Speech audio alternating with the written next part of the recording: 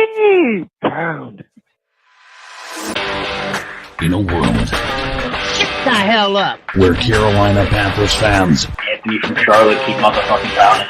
have an insatiable thirst I need to see a lot more of that shit going forward. for Panthers news and opinions.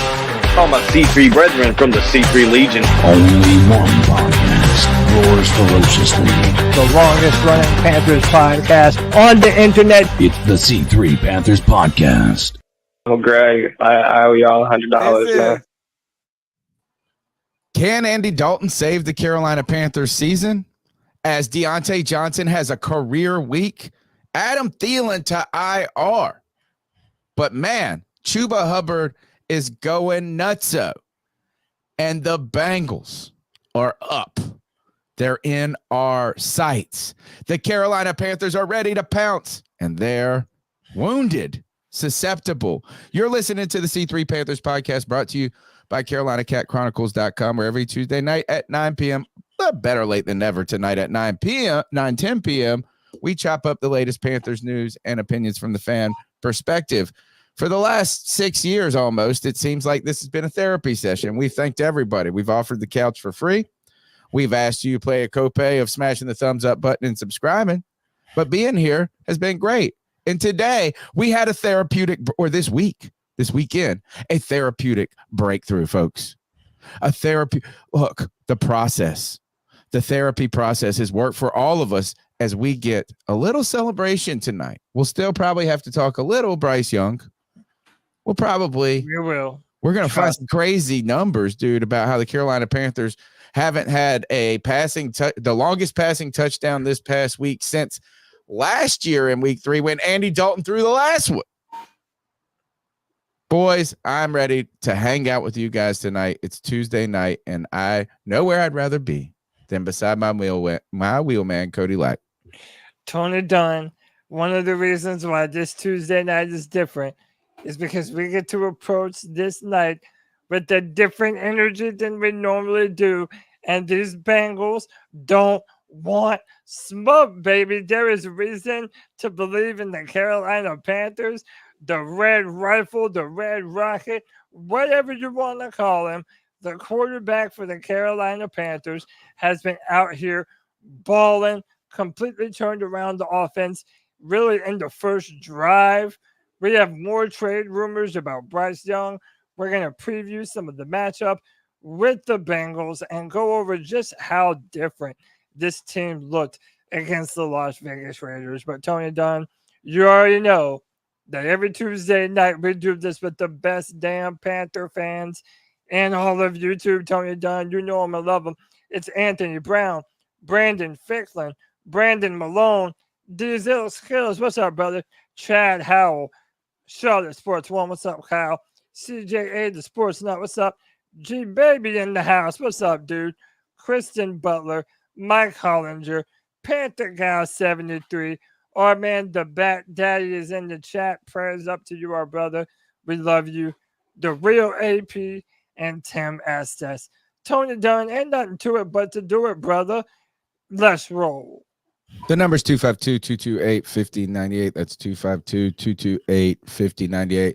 Nice to see Greg in the chat. Look, I know you're going through an unimaginable crisis right now, tragedy. But it is nice to hear from you, A, and B, I know there's been a lot of support from the C3 family out there. So there's still opportunities. Greg and his family this week, the viewing's going to be on Thursday. The funeral's on Friday. Those details I think he shared on Twitter today. Greg, I'm going to be coming to one of them. I'm pretty sure. Try to figure out which best for everybody. CK in the house, the voice that makes a voice.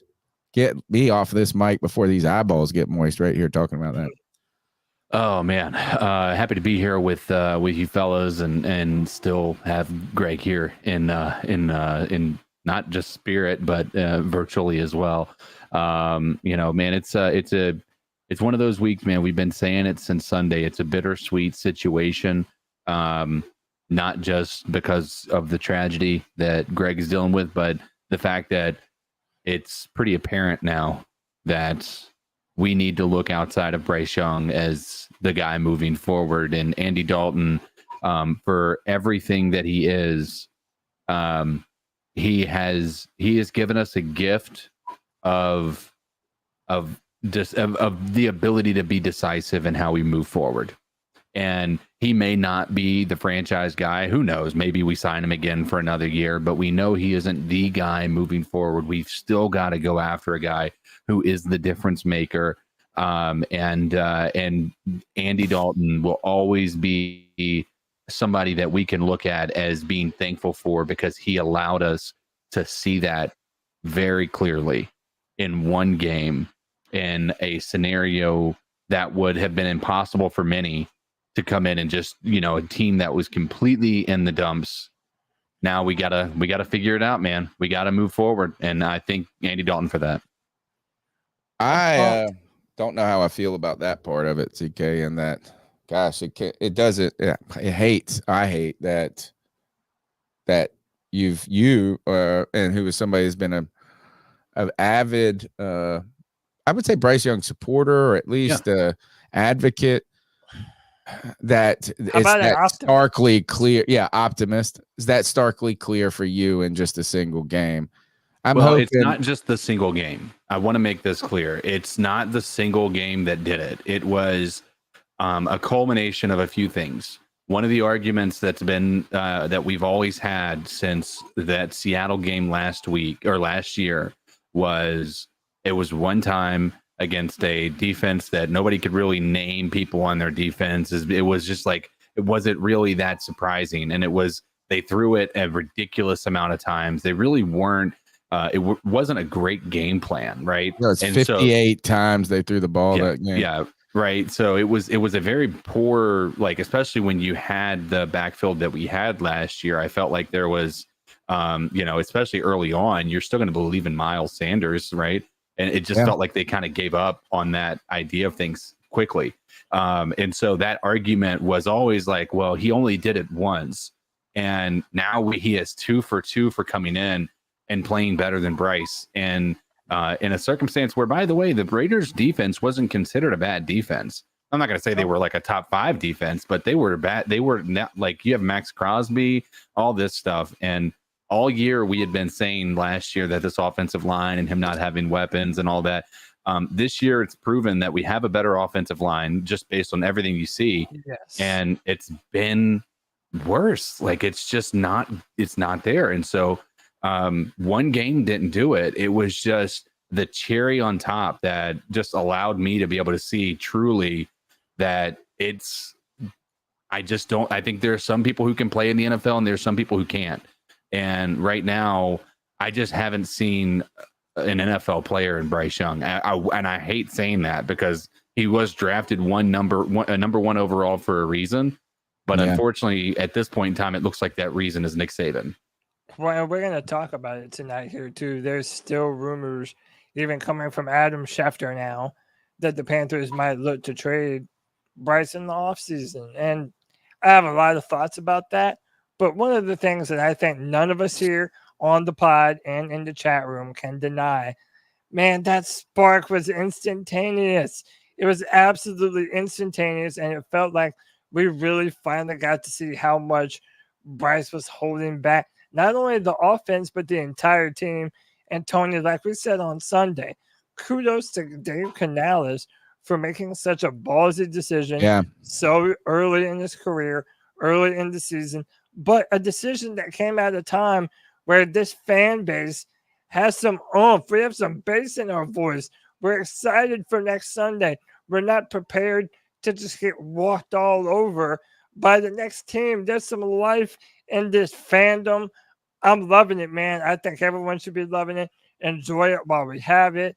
And this is an opportunity for us to really finally see who we are as a team. Yeah. The number's 252-228-5098. That's 252-228-5098. We'd like to get your thoughts on the Panthers' success in week 3 with Andy Dalton, what this means for the season going forward. Adam Thielen in this wide receiver room now that he is on IR, and how the Bengals could be vulnerable prey right now for the Carolina Panthers. Let's jump right into the show. And really, I mean, what else is there to start and to start talking about other than, let's not call him the Red Rifle. Yeah, it's the Red Rifle. Is that if he would have thrown a dud out here, we would have called him the Red Rocket. We called him the Dog Dick, but no. Think of a dog's. Yes, that's exactly what that means. That's what that means. This is the Red Rifle. 26. I mean, he is a dog, if I do say so myself. You know what I'm saying? So why not? 26 for 37, 319 yards, 3 passing touchdowns on the day.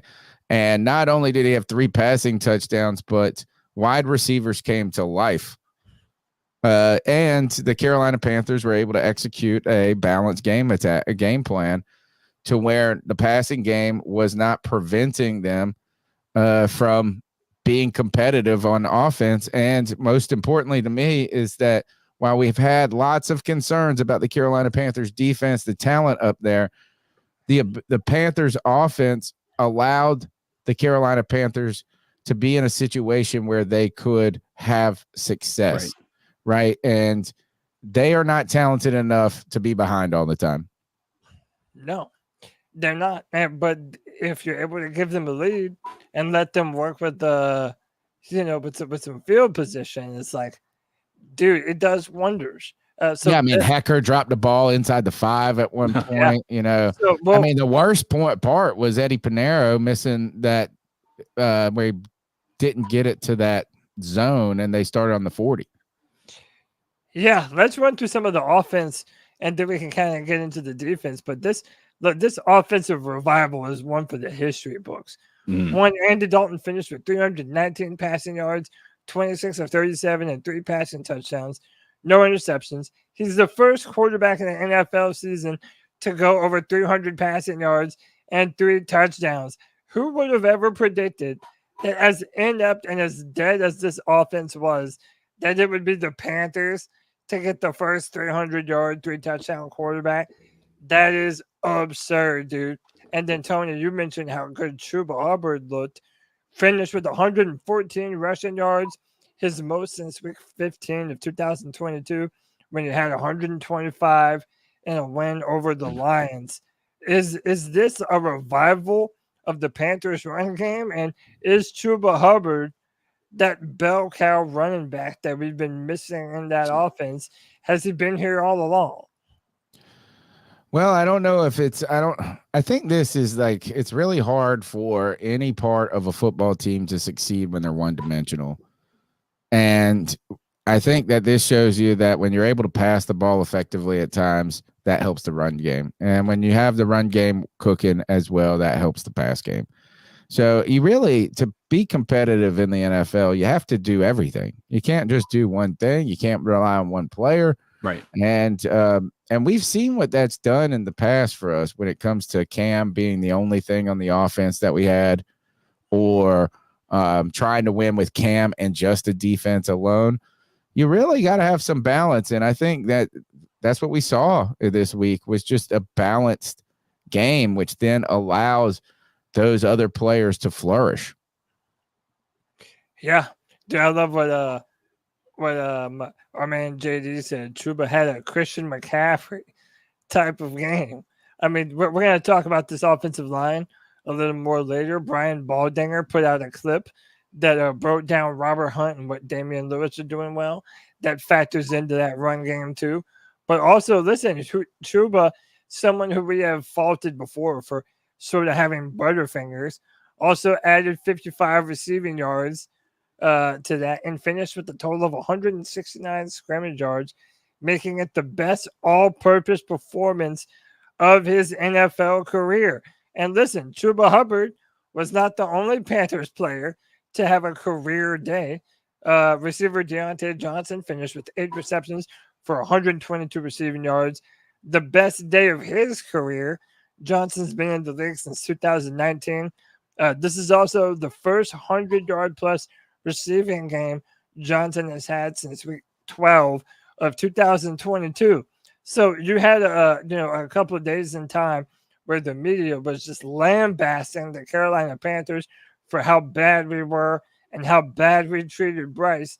And then here comes Andy Dalton, has a day himself, but then gives two of our biggest weapons their biggest career days. I mean, how could anyone say that we would move back to Bryce Young at this point? It's absurd. There's no way possible. Go ahead, CK. I really couldn't even begin to tell you one reason why I think it makes sense to do it outside of Andy Dalton becoming injured. Yeah, and I mean, even that is then the I'd reason. be hesitant. That would even be at that point in time. I'm almost be like, do we want to have him out there on the field so people can see that he's not the guy even more?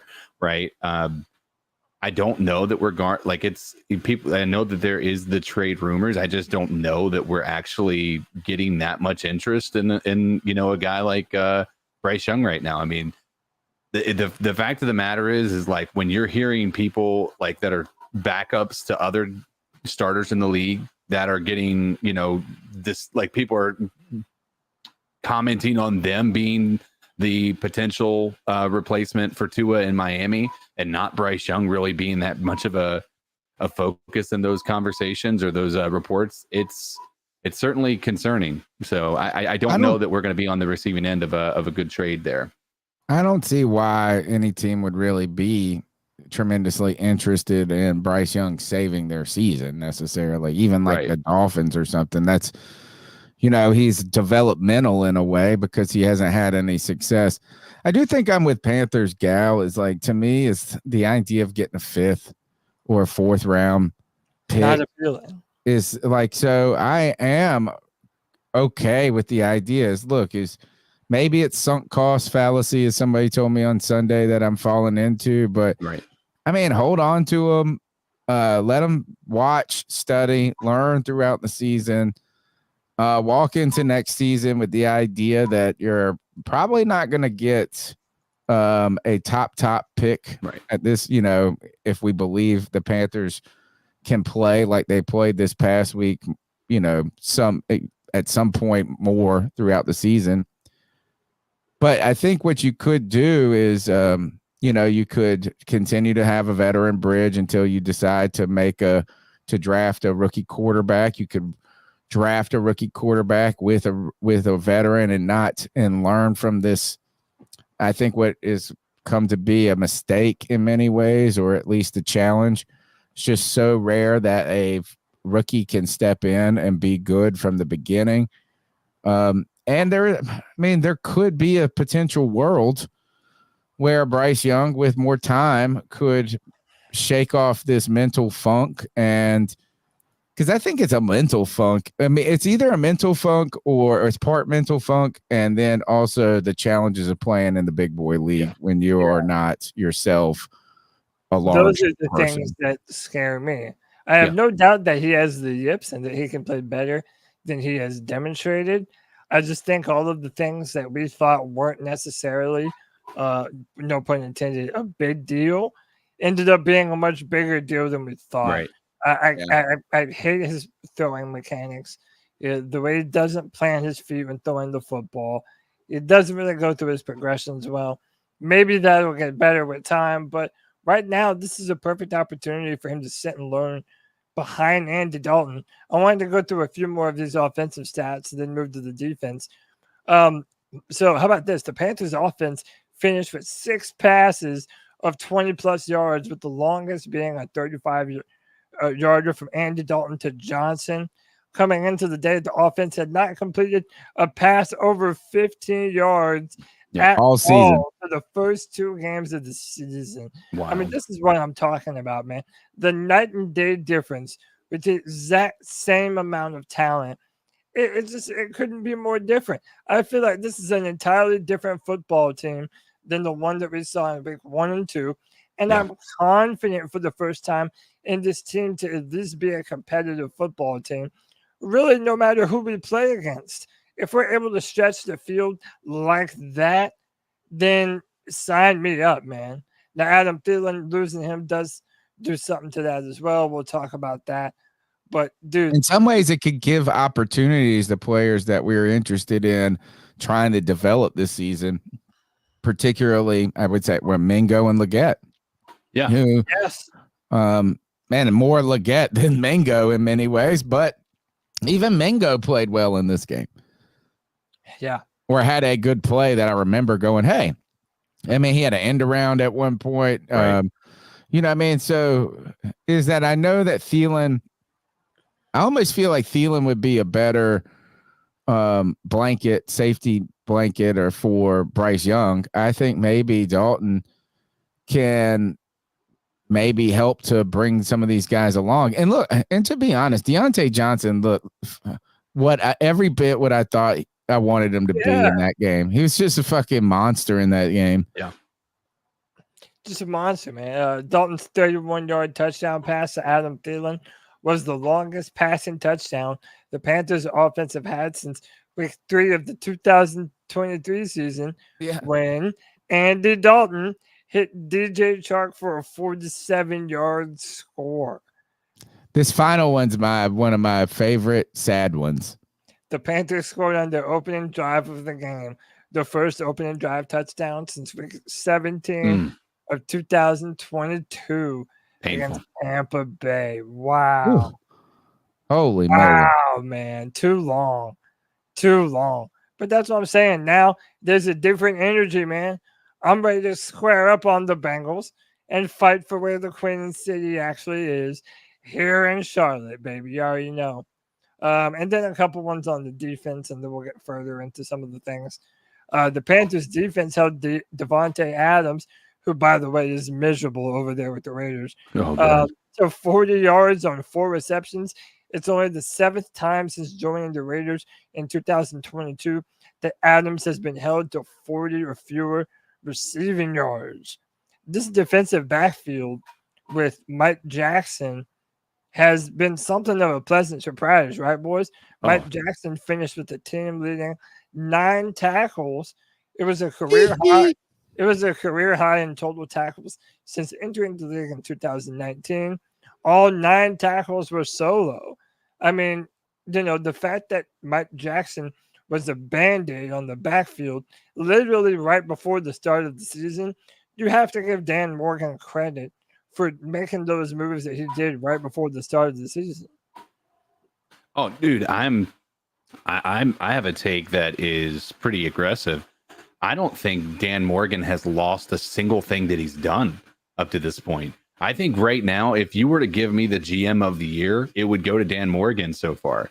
You know, and I know that sounds like overreaction given the fact we've just won our first game of the season, but you cannot point me to one thing that he's done this offseason that he hasn't won.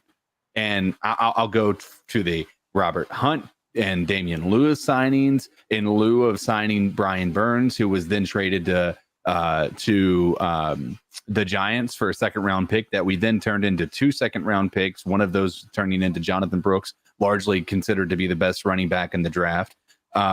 He then decided to move forward with trading one of the draft picks that he got for Mike Jackson, who they then subsequently cut there with Seattle. And Mike Jackson's just balling like crazy right now.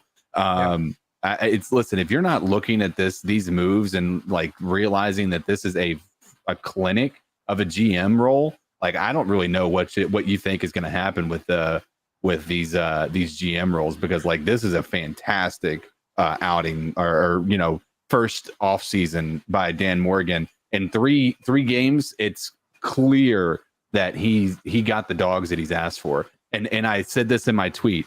I said he just needed a dog to lead him. Yeah. I dare say you've been struck by a smooth criminal.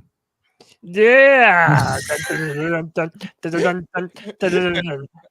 So every time we're getting Michael Jackson lyrics to help us in this, we can look at the man in the mirror and say, Bryce Young, go look at the man in the mirror. I love it. Hey man, thanks to the Mossy Man 789 News with the 1999 C3 bomb. He says it gives some C3 memberships and common sense and right knowledge to all. Appreciate you, Mossy Man. You are indeed the man. The last few little stats relating to the defense. Oh, man. There was one more I wanted to read. 3 different Panthers recorded a sack against the Raiders. Davion Clowney, PV, and Josie Jewell. Again, now we knew that we were sort of lacking at the edge rusher department before the season started, but do you think this defense can do enough to be competitive and keep us in the game and continue to rush the passer?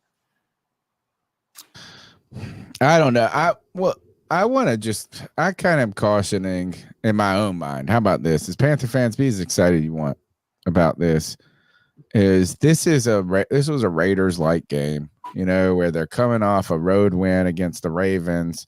They're looking like all of a sudden they might have, they got an opportunity to get a wounded team or a struggling team at home, and they blew it, But it wasn't just Gardner Minshew. In fact, I would tell Devontae Adams to slow his roll a little bit. He had a fumble or some near fumbles. And I like Devontae Adams a lot. So I just want to say I was very happy on Sunday. I'm not ready to all of a sudden say that the Carolina Panthers defense is going to be good. I'm not even ready to say the Carolina Panthers are going to be good, but I think what we do now have is a chance to be decent. Yeah. Right. And, we'll talk about it more here in a minute, but the Cincinnati Bengals are a beatable football team. Yes, Jaden Daniels looked incredible last night against the Bengals, but this is not a team that is kryptonite. They are not good starters early in the season. By the way, fuck Jamar Chase. Just destroyed my fantasy team. He killed me last night. Right? Was it you that did that? Yeah, I had Jamar Chase. By 2 points? Yeah. No, I don't know. Oh, I don't know. It depends on which one you're in. No, different league. Different league for me. I lost by 2 points, and I had 151. But how did they win? They had Lamar Jackson, and they had Jamar Chase. I had Goddard. I had Charbonnet. I had some dudes that went to fuck. Oh, and they had Deontay Johnson. Oh, well, that'll do it. Yeah. That'll do it, man. Deontay Johnson, if he's in your fantasy team, you're going to be kicking some ass this season. But, Tony, let's talk about the news that broke today. We sort of saw that Adam Thielen was holding that hamstring injury after that touchdown that he caught. Does indeed have a hamstring injury, but Thielen is expected to be back sooner rather than later. So he suffered a hamstring injury while hauling in his 31-yard touchdown reception.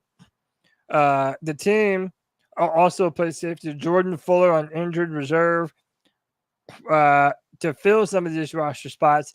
The team has signed 3 players from the practice squad: Jalen Coker and safeties Damani Richardson and Russ Yeast. Yeast. That's what I thought that was. Smells funky. Does this smell funky? Yeah. Jalen Coker has been the player that everyone has been excited to see, Tony. He was an undrafted free agent, a ton of high-end speed. Panther fans are excited about this. And now that you have a deep threat in Andy Dalton to be able to push the ball downfield, some people are excited that this might be a show-out game for Jalen Coker. Oh, come on. I can't. I mean, it better be for Leggett. That's what I want to see. I want to see some Leggett getting the business. That's what I want to see.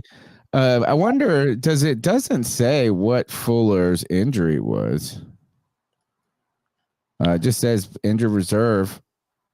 They're 4-week players. Fuller started 3 games. Doesn't say that who the injury was. And Xavier Woods, I guess, is back and healthy. We hope. Is struggling with a little. Did you want to hear this clip of Steve Smith talking about Jalen Coker? Yeah, let's hear it. Just to kind of encapsulate why people are excited about what he might be able to do with Dalton throwing him the ball. Jalen Coker, Holy Cross, 6'1", 218 pounds. The way he runs routes, really, really good. Because he lines up all over the place. You ready, my comp? Tim Duncan. Box out. Catch. Dunk. No wasted movement. Why is it pause? Quarterback hung him out to dry. He knows, but he still goes up with authority. Look at the route, though. Corner knows he's in trouble. Look at the corner. Hey, I'm open. There's a few routes, and this is one of the routes where I'm like, he can play. Gives him a step. Yes. Yes. You don't see routes like that. Watch how he catches the ball with his hand. Outside releases, crosses him over. Yeah. I mean, this is just filler, Steve Smith. Hey, Tony, what if we have the next Puka Nakua? Okay. I mean, he also said Mango was good.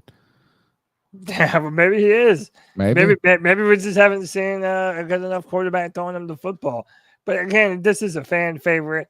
I know he hasn't proven anything yet, but a lot of fans think that he has a ton of potential and he's been called up. A lot of people want him to get some time. I don't know if he will, but now that Adam Thielen has gone down, what type of effect do you think this has on our offense, not having him available in our arsenal? I don't know. I'm trying not to. I hope that it's not too much, even though he had a solid game.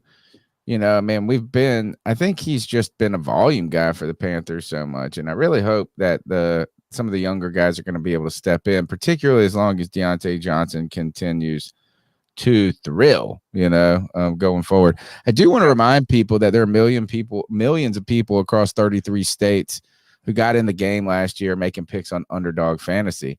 You can get in the game with Underdog Fantasy and pick maybe Andy Dalton higher than 224 passing yards, lock. Revenge game, lock.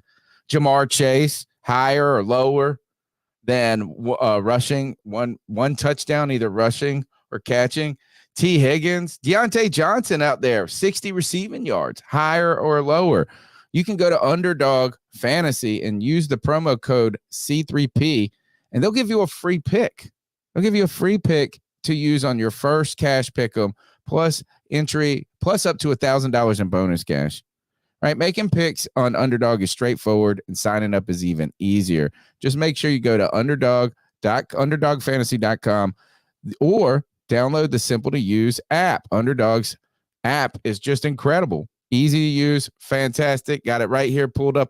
Had it pulled up on the phone. Yeah, still got it up there.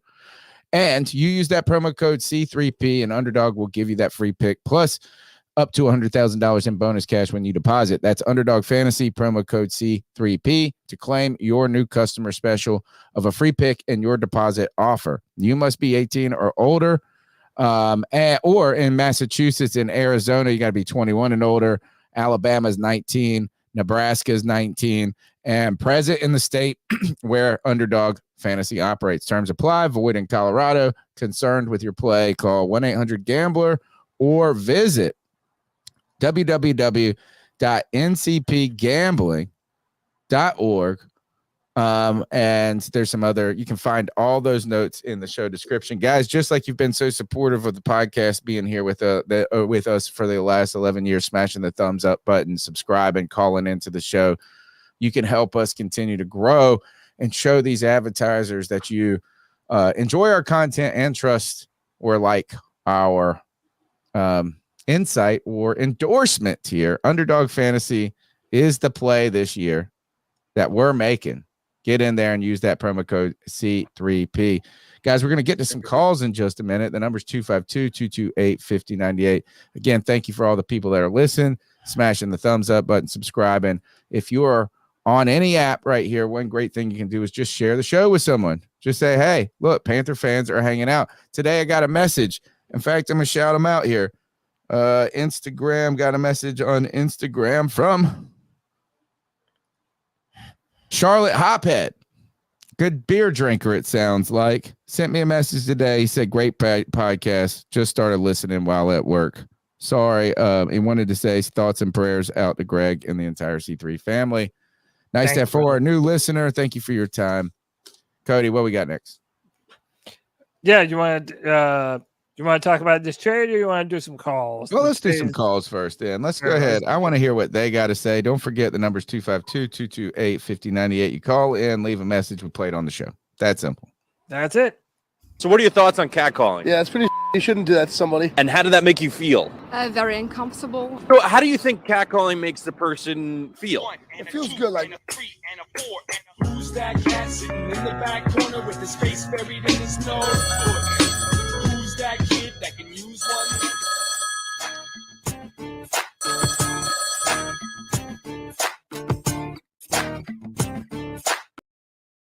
Unmute. We don't hear you. Greg, I have never met you in person and have never really interacted with you unless it's you replying to something I may have said when I called in. But, my man, I cannot imagine what you or your daughters are going through. As a husband and father of two myself, I know that there is nothing that anyone can really say to ease the pain. I just want you to know that my family and I are praying for you guys, for God to give you peace and comfort that only He can give in times like these. My man, you ever need to just talk, send me a message. My handle on here is Arguedas Family. You know, sometimes we just need someone to listen that doesn't really know us. But again, you know, I'm so sorry.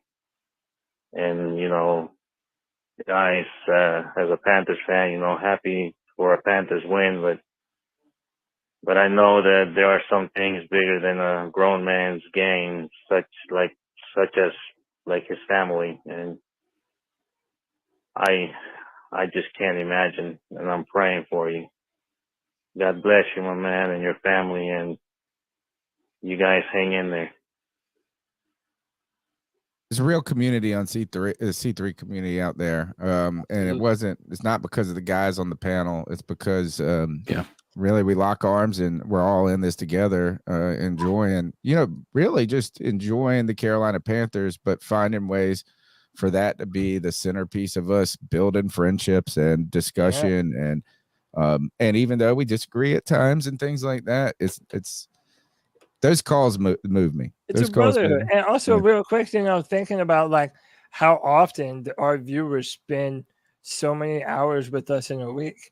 The Tuesday show, the Sunday show, the free for all. Like we have doing pre-games. Yeah, we've become a part of many people's lives. I think more than we even realize sometimes.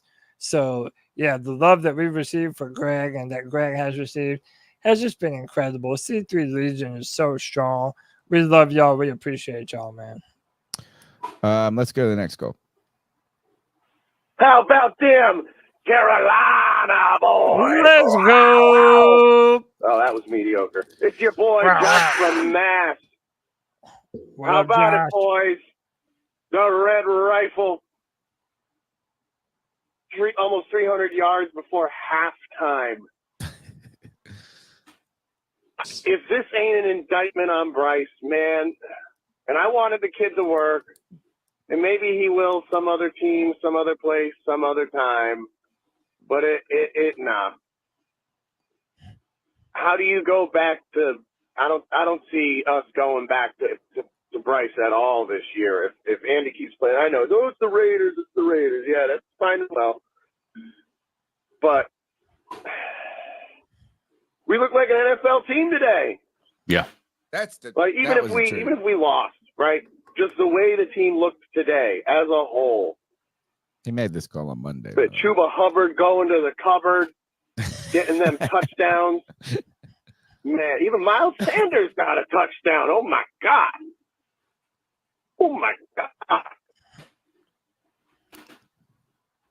Caleb Williams really had 300 yards passing.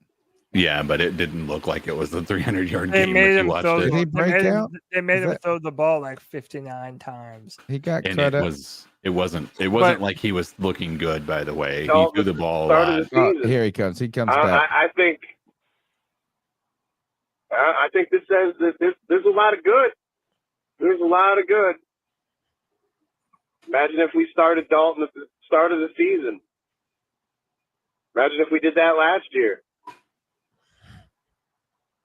Might have helped Bryce.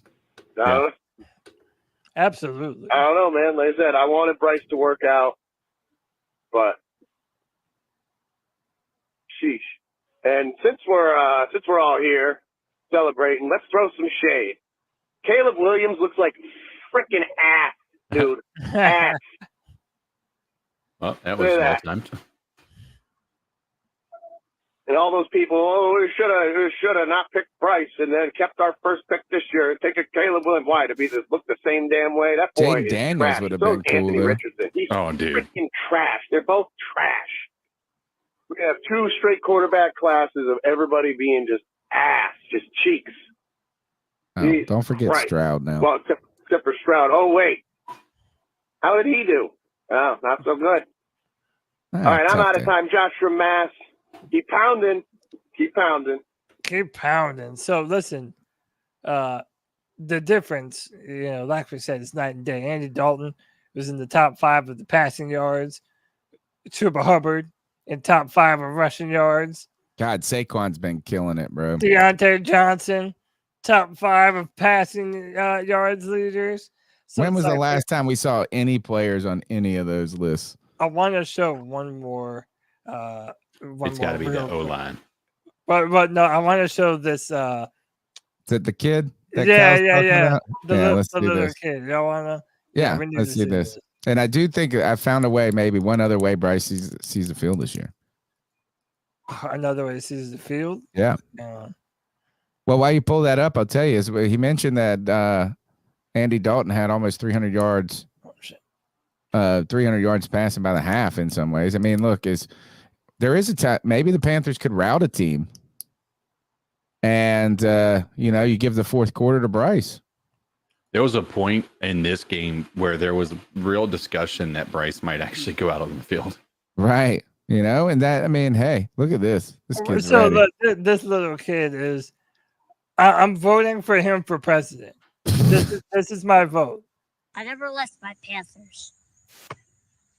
And I never will. I have been sick and tired of keep losing. This isn't the Keep Losing Foundation. The jokesters, the poverty franchise. All I've been hearing is this year we keep pounding. Go Panthers! Let's make it to the playoffs. Maybe even the Super Bowl. I don't want to get too ahead myself. But keep pounding and row. Is that really a little kid, or is he? Well, I mean, he looks like he sounds like an adult. Like not sounds like it, but between 5 to 15, and I love him anyway. Dude, this is what we needed, man. That fandom is feeling this, man. For guys like Noah out there, I know. I hope we hear from him. The younger generation needed this bad, man. They needed it bad. They needed something to, to hold on to. And Tony said, okay, listen, let's be real. If we go out there and have a good performance against Cincinnati, let alone get another W, like all of a sudden, our trajectory and what our thoughts and feelings for this team are like night and day different. We're talking about winning the division, baby. Come on, damn it. I'm trying to get pumped. We don't get this enough. We have to take advantage of these moments while we have them. I think we're going to fuck some shit up, dude. I like sincerely think that. I like it. Let's go to the next call. CK to the great Tony Dunn, to my man, the legend Cody Lack. What up? All the C3 Nation. Hope is Dylan, baby. Hope is Dylan. Let's you know go. who it is. This is your boy CP, the vintage retro man, North Carolina's neighborhood Hope dealer. Wow. And you know what, guys? I don't know about y'all, but hope is Dylan, baby. Look, I've already heard people out there, oh, well, it was just one game. It was just the Raiders. Oh, da, da, da. Look here. The past 20 games, we've been 2-18. 2-18. We better celebrate. I'm telling you right now, Andy Dalton, man, the red rifle, red rocket, I don't care what you call him. Man, that guy can throw that football. And I'm going to enjoy every single minute of this win. every single minute of it. I can't stand some of these people out here where they be like, oh, well, you shouldn't celebrate because it's just one win and it was the right. I don't care who it was. It's an NFL team. It's a team in the National Football League that we beat. Tony Dunn, I think it was you that was saying last week, or it might have been Cody, but I just want to see competent football. Yeah. I mean, it's great, of course, to get a win, but we were talking about just seeing competent football, and I felt the same way. So, hey, we're going to enjoy it. We're going to celebrate. Hope is Dylan, baby. Hey, keep pounding. Let's go. I'm out. Later, guys. Dude, it feels so good to have hope, dealer. man. It feels so Neighborhood good to have some hopium in our system. How does it feel to be one game out of first place in your division, to have the same record as the 49ers, the Ravens, and let's see, another good team, the Cowboys? We've got the same record as the Cowboys, Ravens, 49ers, all teams thought to be good going into this season, and we're one game out of first. We're tied for third place with the Falcons, and we're coming for the Bucks and the Saints. We're on the hunt. And how about this? The Saints, they are not the Ferrari that everyone thought that they were. Well, like that offense, if they're not able to get behind the run of Alvin Kamara early on, they sort of fall apart. And the Andy Dalton that people saw, not Dalton, the Derek Carr that people saw last year sort of returned against that Philly defense. I don't know, man. Like, even Atlanta does not look great. I've always been I've maintained that they are not the team that the media tries to stroke them off to be. I'm not afraid of too many teams in this division if we can continue to look how we looked on offense, man. All right, let's go to another call. Hey, this is 704 Keep Pounding. I apologize to you guys. I had no idea y'all's brother lost his wife in that car accident. I called in yesterday. I didn't watch the show Tuesday or Friday. I don't think I watched the show. I had got busy with my kids. No problem. I just tell him that I keep him in my prayers. I'm sorry that happened. I couldn't imagine. I'm a single father. My wife left us about 8 years ago. She died a couple of times, but was brought back to life. She unfortunately was a heroin user, so I know the situations are completely different. But just let him know that he's not alone out here, and I understand that he's going through a loss. I know what it's like, watching somebody you love kill themselves slowly, being a drug addict. I know that he unfortunately passed away in a car accident, but I understand how hard life can be. And I really apologize. I didn't mean to call in drinking like that. I wasn't trying to show no disrespect. I had no idea his wife had passed. But tell him and his family much love and much prayers. And if I get some extra cash here soon, I'll try to make a donation for his family. But other words on some Panther news. It's Monday. It's about 3:04. I was watching the locker room talk with Dave Canales, and something really bothered me about that. He come in there and he was really hyped up. He said, "That's Panthers football. That's how we play football." He was real hyped up. And then he spoke to a couple of players, and then David Tepper came in there and gave him the game ball. But to me, and I may be wrong, but I'm really good at reading people. To me, it looked like this. And like I said, I'm really good at reading people's eyes and vibrations and the way they move and stuff. But I'm going to keep this real simple and short. It's like he almost rudely and he could kind of shove the ball at Canales' chest, like, "Here, just take it." Basically it's like, "You were right, I was wrong. Here, take the ball." I didn't particularly like that. That was just concerning to me. I mean, it looks like you, as an owner, you'd be going in there celebrating with him, not having a chip on your shoulder, be like, "Oh, this young guy was right. Bryce sucks, and he was right. Andy Dalton was way better." You know what I mean? That was just the thoughts I got to that. But let me know what y'all think, and if you were able to see the locker room video when David Tepper, he didn't hand the ball over. It's kind of like he just kind of he shoved it. He tried to it was like a handoff. Maybe I'm just being weird, but to me, it was just not I don't know. It just looks like he would have been more hyped up in the locker room. That's all. Yeah, anyway, y'all take care. Much more, brother. Yeah, I read it I differently. apologize. Yeah. I didn't, like I said, I had no idea. When I called in, me and my cousin, we were drinking, eating food, celebrating the game. So keep pounding, guys. I'll see y'all later. Peace.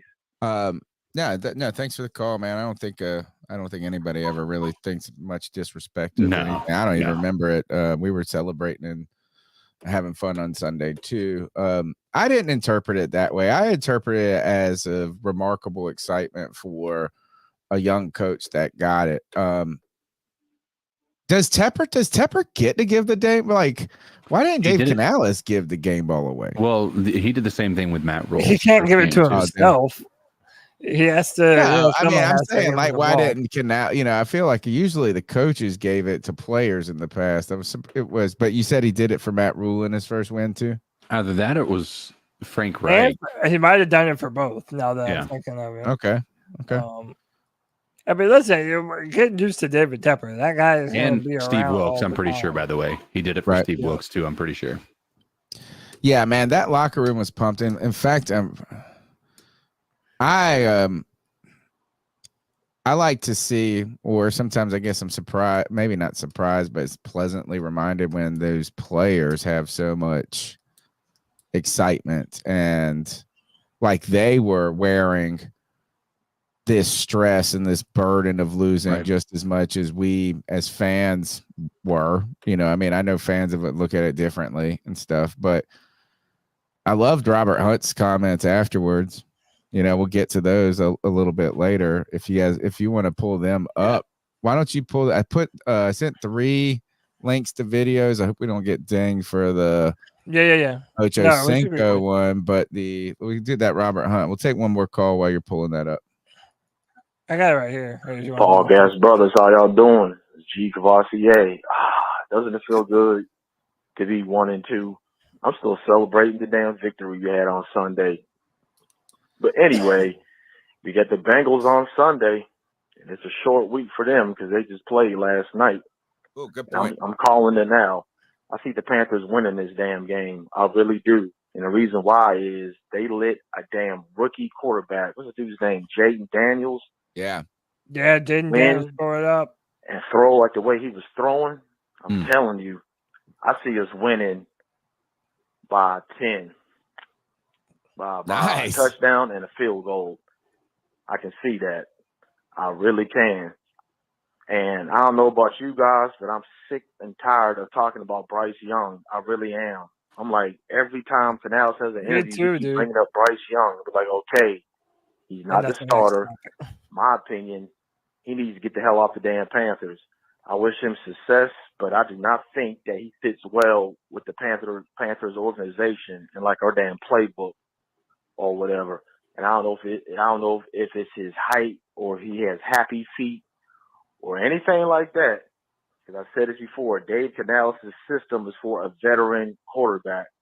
And I said that the last time I called you guys. Because look what he did with Geno. Look what he did for Dan Baylor. You know what I'm saying? And just like, yo, Andy Dalton is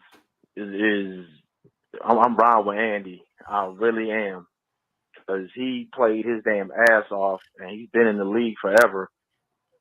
And we got Cincinnati next week, and it's like a damn revenge tour for Andy because we got Cincinnati on Sunday, and then we got to play the Saints.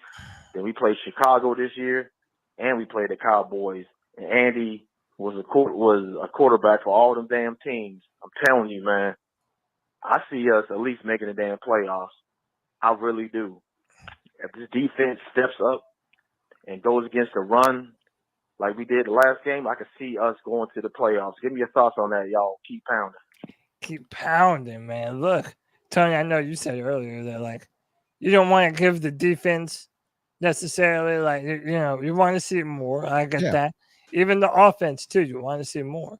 But, man, with the kind of performance that we had, dude, everyone has energy, man. We think that this team can make some moves this year, and it's early enough that we can still be hopeful about the season. You mentioned we have the same record as the 49ers, the same record as the Cowboys. Like, a lot of teams that were built to be really good, we have the same record. Now, it's very early, 2-3 games, but dude, there's hope on this Panthers team. Like, I didn't think that we were going to have anytime soon. Right. How did you guys feel about our ability to be able to stop the run going forward as we continue to face these teams? I mean, I know we weren't going against a running juggernaut, so we'll see. We still, when we were tested, this run defense was not holding up, so we'll see how they are able to do. I don't know that we're necessarily going up against another powerhouse. What I saw this past week, we have a team that's going to be missing some key pieces in the Bengals, and they are going to be. I think they have a very weak offensive line again, and so I think that we're going to start to see these things compound and take some effect on that. So I think we have a good shot at seeing our run defense hold up again, but not because I think that it's a lights out run defense. I just really think that we're not going to be going up against people that I would consider incredible. Yeah, and the Bengals are beatable. They're absolutely beatable. I maintain that.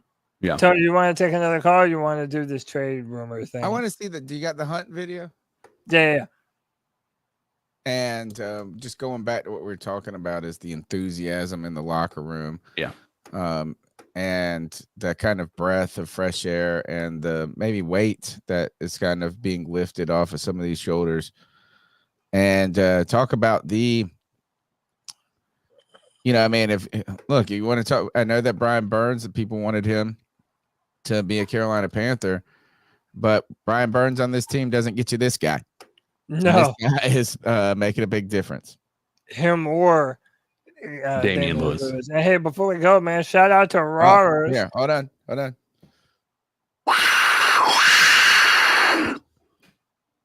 That's your roar right there. You can get it at rawers.com. Look.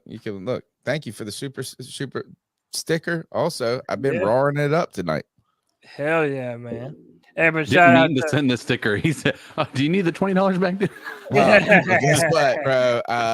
I'm going through a divorce. Send me that $20, bro. Yeah, but hey, man, so this is Robert Hunt talking about the locker room and just what the team is feeling. And then what it is, people gonna talk about us regardless. We the Panthers. They haven't been pretty for us, you know what I mean?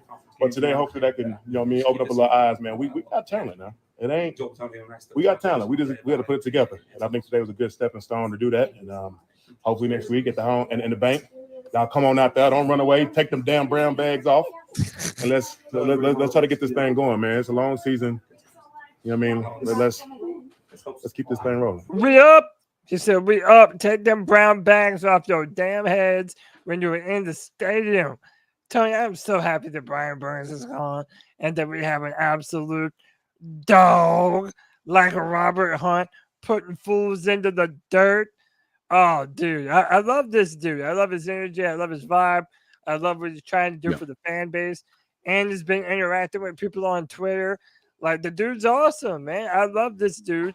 I'm happy that he's a part of what we're doing here in Carolina, man. All right. Let's talk about this. Let's get back into the show. Then we'll get back to your calls. Don't forget smash thumbs up. Be a part of the family. That's it. All right. So from Adam Schefter, teams are still interested in Bryce Young. Sources around the league believe it's only a matter of time before Carolina completes a deal involving the second-year quarterback with the most likely time coming at some point in the offseason. Several teams have expressed an interest in trading for quarterback Bryce Young, despite the fact that Coach Dave Canales said the Carolina Panthers do not intend to trade the former number 1 overall pick. The Panthers have been contacted by certain teams, according to league sources, while other teams have mulled a Young trade over with their organizations. Although the Panthers have said they don't plan to trade Young at this time, sources around the league believe it's only a matter of time before Carolina completes a deal involving the second-year quarterback who, with the most likely time coming at some point in the offseason. Now, boys, I think sometimes maybe we underestimate how valuable it is to have a young quarterback on a rookie contract for, the next 3 years or however long Bryce is going to be under contract. Seeing as what we gave up for Bryce, I'm going to be real. If you want him that bad and you believe in him that much, give us a first. Give us a first. I don't care how dumb it sounds. If you want him and you think that he's going to be something for y'all, give us something to actually make the difference up, to give up Bryce Young after what we, gave to go up and get him. Why not? Especially if you're the Dolphins and their offense is already made for someone like Bryce. No, you better pay us. You better pay us. What do you think? They got to do something. If I'm the Dolphins, I think you got too much talent to be a work in progress. To go get Bryce Young, to try to bring him in this season after he has not had any success in the NFL just seems like a crazy ask. On the other hand, I guess that super smart coach guy could maybe be the guy that could unlock some of the superpowers. Yeah, Mike McDaniels. Yeah. But why not though? If you believe that he's going to be the future of your organization, a first round pick shouldn't be that much. Truly, it's it's Bryce. If everyone thinks that the Panthers are what ruined him, and that he just needed some other team to build him up. Yeah, dude, I'm tired of us losing in these trade value deals. Like, Panthers have been clowned for the minimal amount of capital that we've gotten in return for DJ Moore and Brian Burns and McCaffrey. Yeah. It's just like, people have been dragging us over hot coals. So if he has that much value, drive up the price. Let someone pay for him. If you're Miami, why not do that, Yeah. Yeah. All right. What do we got next? Oh, boys, this is awesome. How about this O-line? The lowest pressure rates allowed by the offensive line through week 3.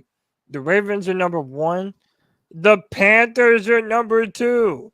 I don't understand this though, because the Ravens have struggled in week 1 on their offensive line. Right. And before this Cowboys game, people were saying they got to get it fixed. So I'm kind of weirded out. Like, how are the Ravens so good at this point? Is Lamar? I don't know what that is, but I guess maybe the run game is helping them. But this offensive line has been clearly dominant. Well, I didn't know they were that dominant, but I tell you this is that while we were watching the struggles in weeks 1 and 2, and then the success in week 3, we didn't just watch. I don't know the X's and O's of football like some guys do, but I feel like I've watched football long enough, and like the eyeball test works, at least for me and what I needed to do. And I didn't go like I have in the past and be like, this fucking line just trash. Like, it didn't feel that way. There were questions with Aquanu. They still continue to put a tight end on Aquanu's side to help him, it seems like, or at least I've heard that. When I was listening to radio broadcast. But man, look at that. Dude, listen, I feel like, again, it's only been 3 weeks, but we're already talking about this being one of the best pass protecting O-lines that the Panthers have ever had. Yeah. Seriously, it's like that, dude. If you're going to give Andy Dalton that much time, dude, this is reminiscent to me last year when Joe Flacco came off the couch and then went to the Browns and proceeded to have the highest depth of target, the most passing yards, the most passing touchdowns. Like, to me, Andy Dalton is on track to do that even earlier than Joey Flacco did. But not even just them pass protecting, the way that our 2 new guards have been just maulers running the football. Brian Baldinger put out a minute clip on Twitter extolling the virtues of the Panthers O-line. Let's check it out. The Red Rifle is a Katy Tiger. He ran his offense the way it's supposed to be run, but he got a lot of help. These 2 guards inside played great. Like, let's just watch Robert Hunt on the slow screen right here. There's a middle linebacker somewhere that's going to show up, and Robert Hunt's going to Like, he played well. So did Damian Lewis. The whole group played well up front. You watch this right here. There's Max Crosby. Now, he's on one leg. He was gimpy much of the day. But you still got to know where he's going to be. So when he spins, you give him a little chin music. Like Robert Hunt, you get down there in the goal line. This is just sumo wrestling right here.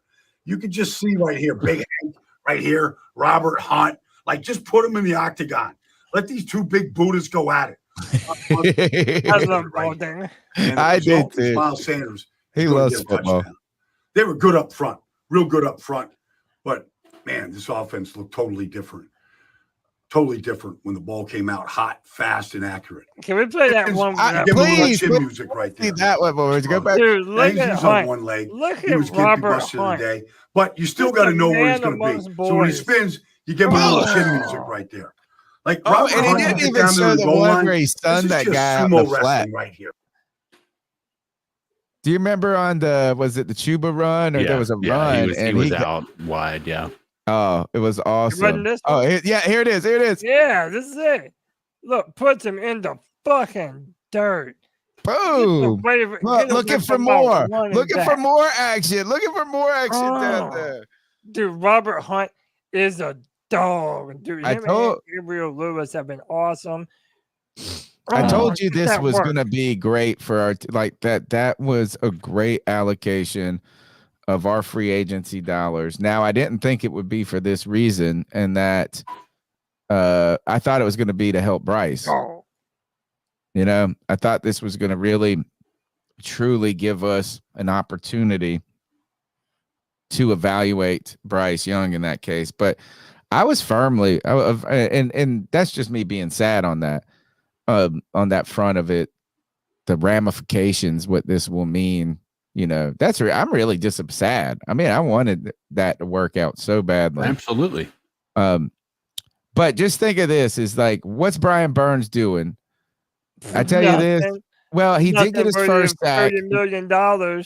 He got his first sack in that game. I think the Giants had 8 sacks in that game, but that is a bigger advantage to our team than what Brian Burns would have been. Or at least I think. Absolutely. I agree. I think right now, if you're the Giants, a lot of these guys are really disappointed that they put the money in Brian Burns as opposed to Saquon Barkley. Yeah. How can you blame them, too? Hey, we have another ball dang clip of the pass protection. I mean, since we're doing it, let's do it, you know? Say that again. We have another clip of him breaking down the pass protection and Corbett and Damian Lewis and just Damian Lewis right here. Big Icky. Give the quarterback this kind of time. And suddenly, these kind of throws to Deontay Johnson are right there. In fact, you watch Deontay Johnson right here against Jack Johnson. Look at Watch this, this crossing route, beats him off the line of scrimmage. The throw is a great throw by Andy Dalton. I mean, you can't throw it any better. Deontay gets it back of the end zone. In fact, the safeties, when they're back here, like they were hanging out in the sphere, watching like the Eagles or the Grateful Dead. So really, you just watch this right here.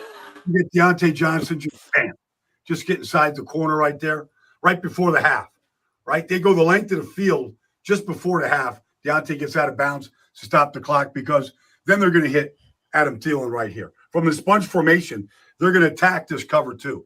It's a great route combination. But again, Andy Dalton right here puts an absolute dime right between Johnson and the safety in the end zone right before halftime. I don't know if there's any Carolina Panthers fans inside Allegiant Stadium on Sunday, but the Red Rifle, the Katy Tiger, was awesome. Jonathan Mingo, Leggett, like they all got involved. Difference. Tony, I love it, man. I love it, dude. This is what we wanted. This is what we've been dreaming of. And it's happening, dude. We have to continue it and continue to build on that type of performance. You know, that's really important for us. Before we go to and take another call, Tony, since we're talking about the O-line, what's going to happen when we add Jonathan Brooks back to the lineup? Like, what's the possibility that Jonathan Brooks comes out here and hits the ground running behind this O-line, and all of a sudden there's double trouble in the backfield like it's 2011 with Jonathan Stewart and D'Angelo Williams? Is there a chance that that could be in the cards for us, getting another weapon this year? Yeah. Shout out to G Baby, my brother in Utah. What's up, G Baby? Jonathan Brooks, what, eligible to return after this week? I believe so. Not this week, the following week. I think it was G Baby that said don't even worry about bringing him out this season. I don't know if he's ready to go, then he's ready to go. Why are we hiding him? Well, not hiding him, but is that you don't want to rush him back or something to that effect. But guys come back from that injury a lot. And I tell you one thing is, I just don't see the juice with Miles Sanders when it's there. I was hoping that he was going to be a little bit better, but I think one of the pass protection breakdowns was when Miles Sanders was out there. And one of those, remember where like he just let one of the DNs run by or somebody. Right. He has had some opportunity. I'm not rooting against the guy, but if that's a good 1-2 punch, let's see it. Yeah. CK, you want to go on this? I mean, yeah. I mean, if he's healthy, let's see what he's got. I mean, if this offense can look any more potent than it did, it's worth an opportunity to see it. Yeah, for sure. Absolutely. Hey, man, Strats with the $20 C3 Braun, we appreciate you, brother. Says proud of this team showing up Sunday. Hope it happens this weekend too. Hunt is a boss. Dalton is a gunslinger. For your information, JT O'Sullivan, quarterback school, posted his Dalton video just a bit ago. I want to see what he says about the Thielen touchdown. Yeah, JT O'Sullivan has this weird beef with Adam Thielen, like either not getting open or waving his hands to say that he's open. And it's so stupid. Adam Thielen's been such an underrated wide receiver. He was our number one last year, and the dude has been open all 3 weeks now. Yeah. So, he has White Chocolate Espresso has always said this. Is this good? Like he must have slept with his girlfriend or something. Yeah, dude, there's some sort of beef between these two. But dude, fuck JT O'Sullivan, man. Dude, I've been right more on my quarterback evaluation. I mean, he just has beef with Adam Thielen. He does. Nah, dude, he's overrated. Sort of overhyped, man. Can't help it. All right, what are we doing? You want to take some more calls? Yeah. Back up. Fuck O'Sullivan. We did G. Cavassier last, right? Yeah. Yes. So here we go. What's up, C3? It's Anthony from Charlotte here on a beautiful day in Charlotte, North Carolina. I know I just said that twice, but hey, man, having a good day. Hope you boys are having a good Tuesday yourself. Really just wanted to call in here and say I got a little bit of hope going into this next game. I'm going to it. So there's that. And I think it's going to be a good game. The Bengals are 0-3. They're probably going to give us a really good fight. It's going to be dope to see Joe Burrow in person, Jamar Chase, T. Higgins. I saw the Bengals last year in Cincinnati because my pops is a Vikings fan. So we went to that game. The Cincinnati fans are awesome. And it should be a cool game, man. Very excited. It's going to be the first game I go to this season. But yeah, so it's going to be a good game. Glad the team rallied around Andy last week. I was talking to my other buddies. A lot of my friends were big Steve Wilkes advocates. And they were saying this kind of feels like a Steve Wilkes move, like how when Steve Wilkes was the interim, the season picked back up. It feels like Dave Canales was trying to save the season early. And I don't think anyone brought that up. I think it's a great underlying point that, like, he's trying to win some games and see what we can do. Now, do I expect Dalton to come out and throw for 300 yards every week and we put up 36 points every week? No, I don't. But when you have a top 3 offensive line like the Panthers have now, which, yes, legitimately a top 3 offensive line, and we played 3 great defensive lines and giving up like the second lowest pressure rate in the whole league. So credit to Dan Morgan for fixing the fucking trenches, man. We finally have a good offensive line. You can win a lot of games at that. But back to my point, yeah, it feels like, Canales is just trying to feel things out. And I'm not saying we're going to go to the playoffs or anything. We need to take it week by week. But that doesn't mean that we can be competitive, I think we just caught the Raiders off guard. It kind of felt like a game the Raiders expected us to come in there and just roll over for them. But yeah, we're gonna take it week by week. I think the Bengals are gonna be like sweating their asses off this week against us. They're 0-3, so if they lose this week, they're not making the playoffs. I don't think any 0-4 teams ever made the playoffs. Those are my thoughts, but quickly I got to bring this up. Travis Hunter. Liking Panthers post about him potentially getting selected by the Panthers in the draft. Bring Travis Hunter to Charlotte. It would be such a David Tepper move to sell those Travis Hunter jerseys and get an electrifying player in Charlotte. He fits the dog mentality. I'm going to be riding this train all year. Anthony from Charlotte, keep motherfucking. That's Colorado, right? Yeah, he's the corner and the wide receiver. Yeah. But, dude, now that we have a little bit of hope, dude, I don't want to hear shit about the draft. I'm on Team Tony. Don't fucking mention a damn draft. Like, what, dude, there's no guarantee that this team now. So I saw Kev put on Twitter, they're putting out new mock drafts and they have the Panthers picking around pick 8. That isn't going to be high enough to get Travis Hunter. So again, what are we even talking about players for, man? We have no idea the range that we're going to be picking in.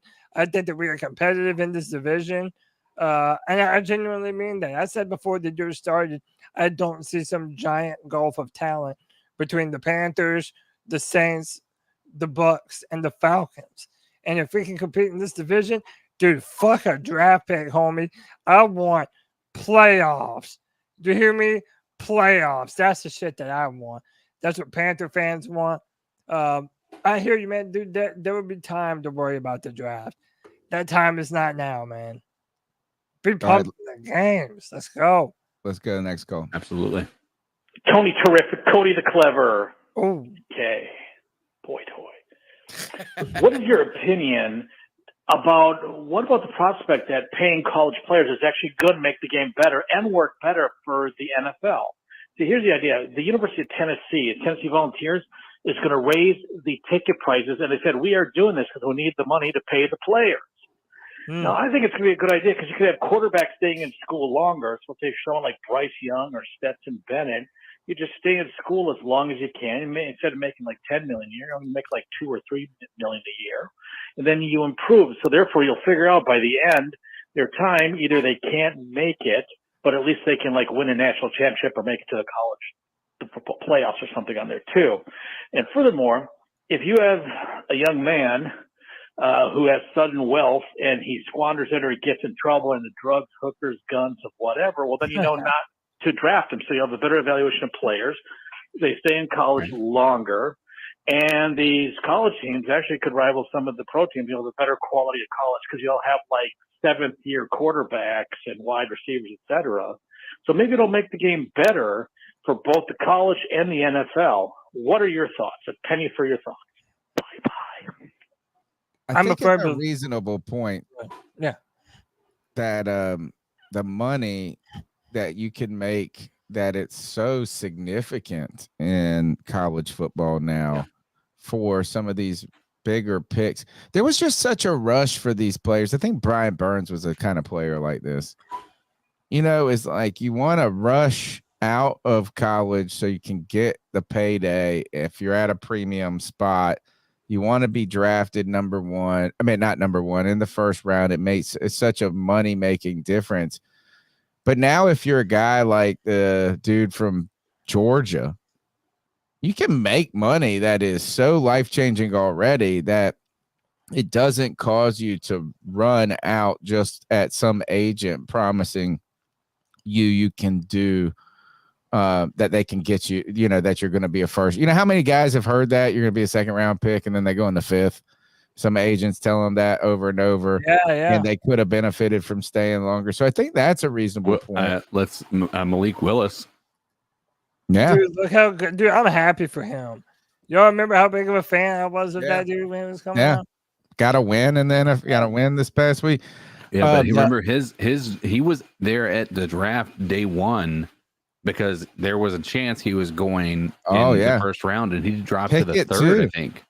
Pickett as well. Yeah. Wasn't Pickett he was the still, one that he was still like the first? He was the only first round draft pick that year by Pittsburgh. Who was it that we had? Oh, who was it that we watched? And it was so awkward. And his girlfriend was there. Was that Will Levis? Yeah. Okay. Yeah, Will Levis. That was, Will Levis.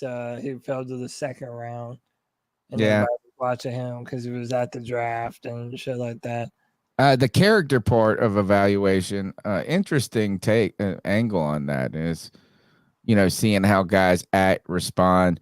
I do think that money for kids that are so young is going to be problematic, and maybe not behavior wise, like as in, they're out there doing some of the things I probably would do, but that when you're accustomed to that, do you receive coaching well? Do you become a team player? Do you kind of get a diva attitude too early because you've been driving a Lambo since you were 19? Right. Your thoughts, Cody? I mean, listen, I'm a firm believer that, especially with the quarterbacks, if you have more time to develop in college, it benefits you. And now, even this year, they're changing things in the college game to make it mirror more what the NFL is like. So, for example, no more signs from the sideline, like they actually have the green sticker on their helmet. They can talk to the offensive coordinator or hear him for the first 15 seconds. I think there's probably going to, especially here soon, be more of a concerted effort to put quarterbacks under center. Because, if you're trying to get these big 5-star quarterbacks from all around the country to come to your college, well, you want to be able to pitch them that your school is a pipeline to the NFL, that they're going to put you in a college-style offense. They're going to put you under center. They're going to have you doing things and reading the kinds of coverages and operating the types of offensive playbooks that they're going to do on the next level. And if a player has more incentive to not rush to the NFL over the need of a paycheck, it's a good thing. Now, there's drawbacks to every situation that I think college football is sort of finding out on the fly. But for the most part, yeah, I think this is going to be of a benefit to the overall product of the professional game. Tom Brady talked about this recently. How he's a 5-year quarterback and how just being in a system and that how beneficial it is. And he just said that quarterbacks don't have time to learn. I think a lot of players are that same. The college game is so different. It's so different. And so, yeah, I mean, and that's why we see it's a dramatic jump, even for a guy like Bryce Young, who we thought was in between the ears so well prepared for it. Turns out he was the least in between the ears prepared. Yeah. I mean, it's just that it's the 1% of 1%. Yeah. Yeah. Truly. You want what we got? You want to go call? Yeah. Go call. We'll go call. Pull it back up. I thought we were going to that. Let's see. Here we go. We'll do one more and then we'll talk about the media. C3 family. This is your younger or older brother, Cody, depending on how old you are, from Greenville, North Carolina. My boy. I don't think I've ever got to call in after a victory, so this is a really special moment for me right now. I am so proud of Chuba Hubbard. I am so proud of Andy Dalton. At times, I was even very proud of the defense. They were relentless. But most importantly, y'all, I am proud of that offensive line. I just keep replaying those plays over and over in my head where they're just physically dominating people, and that's all I can ask. I'm not saying we're going to the NFC title game. I'm not saying we're going to the playoffs. I will say there's a lot of shitty football going around in this division and league right now. We're going to win some ball games, boys. Love y'all. Keep pounding. Let's do 2 more short calls. They're real short, this one. See what they say. Hey, C3. My name is Brindley Hager, and I'm 8 years old. and all I have to say is, Bryce Young, pack your bags. There's a new sheriff in town, and his name is Andy Dalton. One more win, and I'm riding Andy on the bottom of my foot, just like Toy Story. Keep pounding. Oh! Call of the night. We're doing that, but we got to hear that. All of the decade, dude. We're calling this one again. We're hearing this one. Hey, C3, my name is Brindley Hager, and I'm 8 years old. And all I have to say is, Bryce Young, pack your bags. There's a new sheriff in town, and his name is Andy Dalton. One more win, and I'm riding Andy on the bottom of my foot, just like Toy Story. Keep pounding. Oh my God, that was incredible, dude. That was man, what was her incredible. name again? That was a boy. I think it was a boy. It was Bradley Hager, 8 years old. Bradley, you're the man, dude. Dude, that was the best one ever. My night. Yeah, that was the best one ever. Dude. Well, there was the one where somebody got their kid to call it and say "F you, Saints." Yeah, that was pretty cool too. I'm not gonna play it right now. I think because in case Bradley's gonna listen later, tomorrow, so we'll put some distance into it. I'll give you guys a little tease of that for later on. We got we've had some cool ones, but that might have been the smartest Young call ever from the Toy Story reference. Yeah. Brilliant. Brilliant. Awesome, He's a better caller than that. He's already like in the GOAT he's like on the Mount Rushmore of C3 callers. Dude, that has to be in one of our new intros. that has to be in one of the new intros. And Tony, we remember 2015. These kids don't.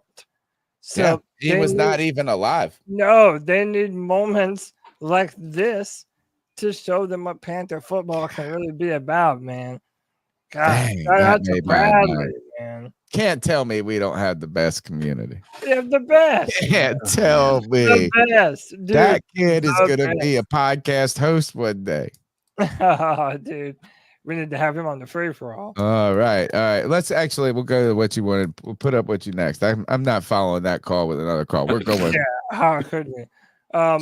Hey man, the media, they were talking tons of smack about the Panthers, about our coach, about the owner, pretty much about everyone and everything. But man, they've had to have their comeuppance. And Tony, I found this video. It's cut up a bunch, so I don't. Oh, this is the one with Rex Ryan? Yes. Not Rex, but one of the Ryan. Yeah. Yeah. I love this. Yeah. So I hope we're going to get away with this. Yeah, I think so. A young quarterback. You know how you fix him? When they're struggling, they're going to struggle, right? With a running game. Chuba got 100. And a defense. Mike Jack got a pick. If you're brought in, I'm sure part of it was he's the quarterback guru, right? Quarterback fixer, whatever. Andy Dalton, first quarterback this season in the NFL with 300-plus yards and 3 touchdowns. They used to be able to play defense, all right, till they trade the team away. We got some sacks here. Okay, give me a hey. Here we go. PB got one. PB got one. Cloudy got one. That was the worst day hire ever. Career high for Deontay, 8 for 122 and a touchdown. This team, to me, it was a horrible hire. You've gone through a million coaches, you still don't have it right. Yeah, I love it when we're able to just shove it right back in their face, dude. Well, I don't know what his goal was there. Oh, Rex Ryan's? He's on the media. His goal is to get reactions. Remember, it's easy to talk like that about the Panthers, especially before Sunday. Right. I mean, we literally were the laughing stock of the NFL. Jimmy Johnson went on Fox pregame Sunday and said that the Panthers are years away from being a good football team. And he didn't feel wrong though there. Oh, at the time, no. Now the one day I did take umbrage with was Chad Ochocinco. And to his credit, he apologized. He apologized about what he had said about. Do you want to play that one, or you want me to play that through the? Play the audio if you have the audio. Okay, yeah, I can play the audio, so then we don't have to worry about. Yeah, man.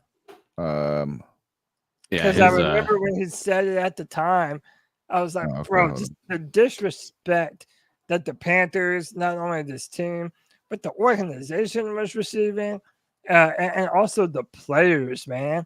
Like, people didn't know how much Bryce was holding back the offense, so they wanted to blame everyone else and give him a pass.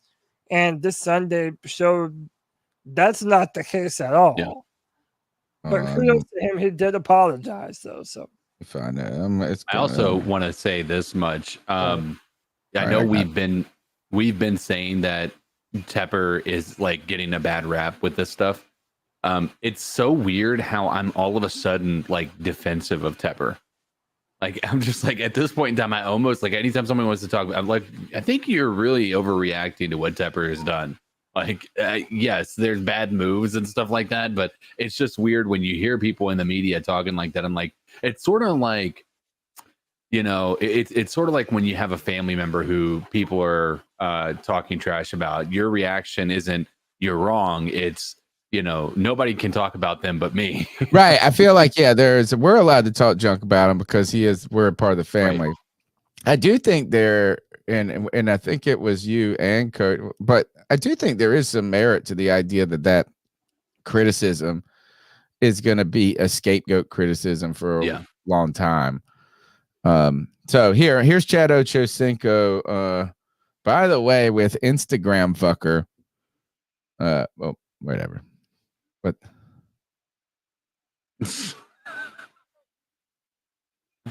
oh, you can't hear it, can you? Here we go. I sent out a tweet. I sent out a tweet 2 days ago. Two days ago, and I'm gonna get to that in a minute. I said anytime a team makes a change, especially at the quarterback position, for some reason, coincidentally, they respond better. They play better. And that is exactly what the Panthers did. I owe the Panthers organization. I know the Panthers fans. I owe you an apology. Because I was very passionate about the mention of Bryce Young. I was upset that he was benched because I had the understanding in having a rookie quarterback coming into a situation where a team didn't do well last year and expecting a rookie quarterback to come in. He's thrown to the Wolves, out there to the Sharks, and is expected to be that savior. And maybe my wording was a little incorrect in saying that he didn't have anybody to throw to, but I'm mouthing off about the passion. I'm mouthing off passionate about him being benched. Adam Thielen, I owe you an apology. Xavier Leggett, owe you an apology. Deontay Johnson, boy, your ass showed the fuck out today, boy. I owe you an apology. For $1.22 in the tub. Mr. Canellis, Mr. Canellis, boy, I owe you an apology. Panthers Nation, I owe all you motherfuckers an apology. I'm sorry. You know, I can put my foot in my mouth. You know, I can show some grace. Good. He showed me some grace. I was wrong. But what we do have is we still have 14 weeks to go. Now, you guys can string together some games with a veteran quarterback that has also been to the playoffs too. Now, we talk about a winning quarterback. This is Andy Dalton, Red Rifle now, who used to get it done in Cincinnati. So you guys have someone good that Bryce Young can sit back and learn from, that is used to winning, that has been to the playoff before and know what it takes to get there. Someone that is efficient with the ball, as you saw today. He threw to 8 different goddamn receivers, and everybody was able to eat. So again, my apologies, you know, for not fixing the words and just being passionate and more concerned with the benching of Bryce Young and not taking into consideration some of the things I was saying about the team in a collective way. So, you know what?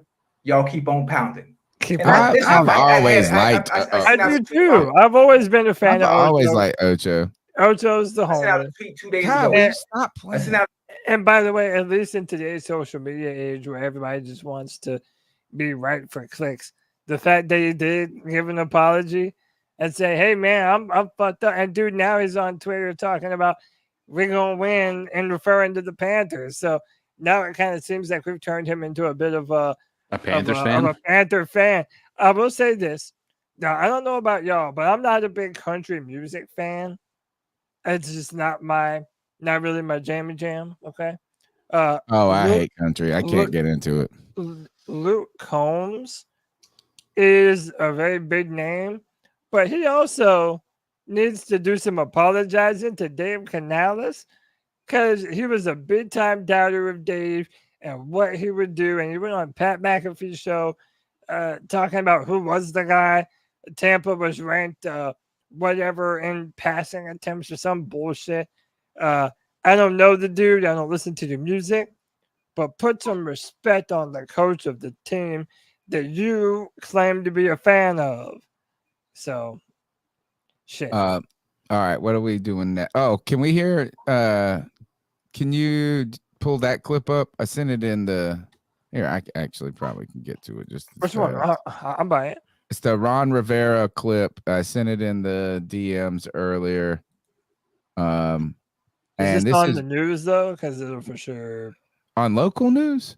Yeah, for sure. They're all owned by the same. Okay, here. You want to hear the audio then? We can do the audio. Yeah, the audio. Let's see. Where did I send? All right. So to set this up, this is Ron Rivera. If you take a look at the situation here. Yeah, Ashley Strolin. I think this would probably be Charlotte local radio. Oh, hold on, I'll tell you. She is the sports reporter and anchor at NBC Charlotte, WCNC. Yeah. All right, here we go. Here's Ron Rivera on this. If you take a look at the situation here in Carolina with the Panthers, obviously a heavy week last week with making the decision to sit Bryce Young and start Andy Dalton. What's your take on that decision and then how it all played out on Sunday with Dalton leading the Panthers to a win? Well, it was a very bold and courageous move, I think, that the organization had to make. And you know, I went through the same thing in 2020 when I was in Washington. I sat down a high draft pick at quarterback, and we went with some veterans, including Taylor Heineke and Alex Smith, and they got us into the playoffs. You know, so it's about winning, and I love the way that Coach Canales stepped up, the way he handled it, and really making sure everybody understood it. It's not just about one player, but it's about all 53 players. And, you know, you've got to do your best to give these guys an opportunity to believe that that everything you're doing is to win. And so I thought Coach handled that very nicely. And then I really loved what he said after the game. And, you know, and that was really about talking about the process. And right now, you know, having to sit Bryce is just this part of Bryce's process of learning and growing. How he handles it, how he comes out of it, that will be up to him. And it'll say a lot about who he is as a young man and a young football player. And I think he's a very talented guy that just needs a little more time to grow. And, you know, you got a guy like Andy Dalton, who's a veteran, who's done some really good things in this league, and has been a winner in this league, can help this football team a lot and can help set the future up very brightly for this organization. So I'm going to hold my breath and continue to cheer for him. But like I said, I really like what they're doing. I think that was a very bold and courageous move that the team had to make, and they did it. It paid dividends already. So we'll see what happens as we go forward. I like the idea of you know, he mentioned this, and we talked about it after Dave Canales when he talked about the benching of Bryce Young. Said we want to play more football, and what he meant by that, in my mind, was that he wanted to. He didn't want the team to give up on the team just because the quarterback situation was in so dire of straits at that point. Right. And Ron Rivera said that. He said you owe this to the other guys on the team too. And he said bold, courageous, cool words, cool selection. Love Ron Rivera still. I always liked him as a coach. You know, I mean, or I won't say I came to love Ron when I learned when his stoicism actually was a benefit to these teams, right? Like we heard Jonathan Stewart talk about this on our podcast before about how, you know, that while fans were falling apart in that 2014 season when they went 7-8-1 and back into the playoffs, is that team in the locker room hadn't quit on themselves. Right. And Ron, while I want them to be angry sometimes because I'm angry, that steady the ship has its benefits. And then how can you not love Ron after seeing that halftime talk against the Steelers where he's peeling fucking paint off the wall? He's the man. Yeah. Hey, So we got the Bengals up, right? Yeah. Did you want to play the clip of Luke Kuechly before we played the? I don't have that one. I haven't even seen it. I will send it to your. Wait, just put it in the group DMs. Yeah. To the forward. All right, I will play us a call. Let's take a call while we get that pulled up, just so we know we can get the audio to you. We won't get doing that. All right, It is Big Lou Baby, man. I just want to call in and talk about my Panthers. That's all, bro. Give me a He call said, back. Call me back. You gotta leave a message, homie. Yeah, leave a message, brother. All right, here we go. One more. What's up, C3? I completely forgot to talk about this because I can't remember who mentioned this in our chat earlier today. I think it was maybe CK. But Trevor Lawrence is not the answer either. He looks like a bust. His stats are worse than Daniel Jones at this point. He looks like he has a lot of the same mental issues as Bryce Young. He's doing spin moves with no one even touching him in the pocket. Listen, as much as some fans want to draft a quarterback, if you draft a quarterback, sit him. But I don't think that's the answer. I think just take best player available. That's all I wanted to say. Keep pounding. Yeah. Thanks for the call. Trevor Lawrence, I think one of my great friends, one of my best friends at this point, it seems like, and my trainer, Takeoff Fitness of Greenville. Guys, go check it out. Save your life. Sean's a Jags fan, and he hates Trevor. He fucking hates Trevor. Hates him. Just bomb. And I tell you, you didn't want to listen to me in this last week where I said he suck at this, and you're like, oh, stop, because you haven't been. Why you already got your biases about Trevor. No, he stunk on Monday Night Football, dude. Stunk. Yeah. He holds on to the ball, and even the commentator said this, is that what he does is instead of just taking what they give you, he tries to make the hero play every time. I think he's sort of regressed in that bad. area too, because I know that in years past there have been a lot of drops. He's gotten back. Like every year is getting worse. Yeah, and they just paid him too, so it's not like they're getting out of that. They have to fix Trevor. It's not like Bryce, where he's on a rookie deal, and yes, it's an expensive rookie deal, but it's easier for us to move on than for Jacksonville to move on. I still think he can be good. Yeah, I mean, he's shown more. Yeah, I mean, he's definitely played better than what he's playing now, but that division is pretty wide open, I think, still. I mean. Well, they're 0-3, dude. Yeah, man, when you start 0-3. They're winless, and I don't think I think 5% of teams that start 0-2 make the playoffs, and it's even less. I mean, obviously for 0-3. Bye-bye Doug Peterson, who I liked as a coach. Yeah, it seems like he's probably not long for Jacksonville. Damn. All right, let's hear what Luke Kuechly's got to say about this. Yep. What was Andy Dalton doing that worked for this team yesterday? Well, I think he spread the ball out. Everybody got involved. Obviously, this clip right here, Chuba played fantastic. He's a guy that's come a long way for us and been great. But he spread the ball out. Tommy Tremble had a big catch on the first drive. Deontay Johnson was phenomenal. They played a lot of too high man on third down. And it was funny to watch Andy. It's like he dropped back and said, hey, Deontay, go win. I'm just going to throw you the ball. And then Deontay played really well. But the ball got spread around. Leggett had a big catch. Mingo had a couple big plays. The receivers blocked on the perimeter, but what Andy did a really good job is he just played within the system. He put the ball where it needed to be. And I'll tell you what, Dave Canales, I thought, did a fantastic job of just dialing it up. You could tell watching that game, there's certain sets that he likes, and he's got 4 or 5 plays off those sets. Is it a split? Are they going to line up in split safety? If it's split safety, we've got an answer. If they sink down and play single high against the same formation, we've got an answer for that. And I was kind of talking to the guys after the game, like, what were we doing in this formation? He said, hey, this is the read for me. And it's pretty simple. This is Andy talking. It's pretty easy for me. If it's single high, I do this. If it's too high, I do that. And it's just football at some point gets easy when, hey, we trust what our coaches have dialed up and we trust our players. And now let's go let our guys go have fun. And we didn't make it too complicated. And there was a concerted effort by Dave Canales to get everybody involved in the game. Thielen had a package. They got Mingo on some stuff, on some screens. They got Leggett on a really easy OTB over the ball spacing concept and let him go do his thing with the ball in his hand. So I thought Andy did a really good job of making some difficult throws. He sat in the pocket really well, and he just took what the defense gave him. And that's just Andy, what he's been able to do his whole career. He said, it's not about me. It's about the guys in this team. I'm just going to get it out and get it to those guys. He gripped it and ripped it, ripped it and gripped it, gripped it and ripped go- it, whatever it is. Like he said, go win.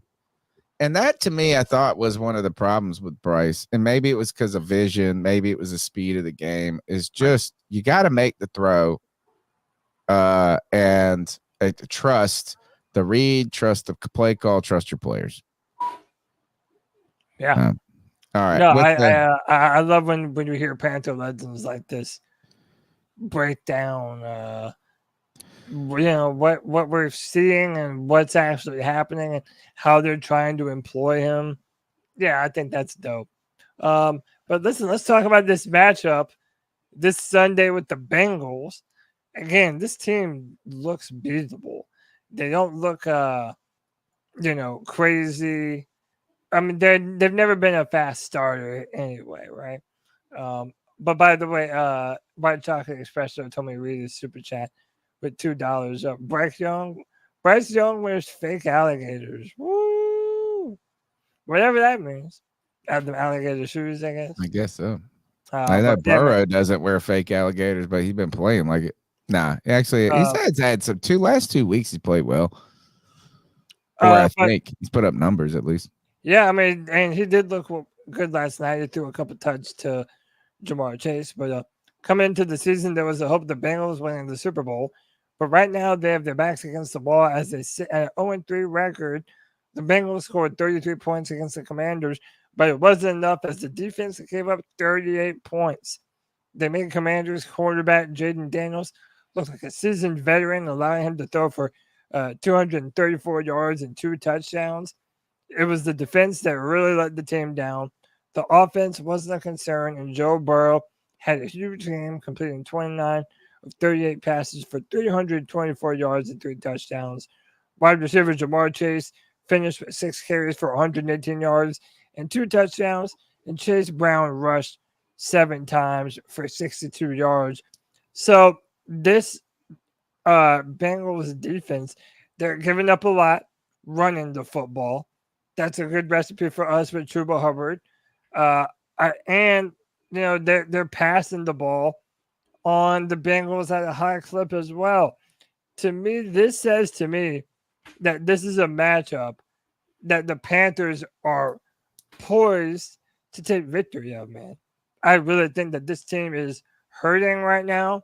And, dude, the hair that Joe Burrow is doing, I don't know, man. It looks like a wannabe Eminem, like the real AP is saying.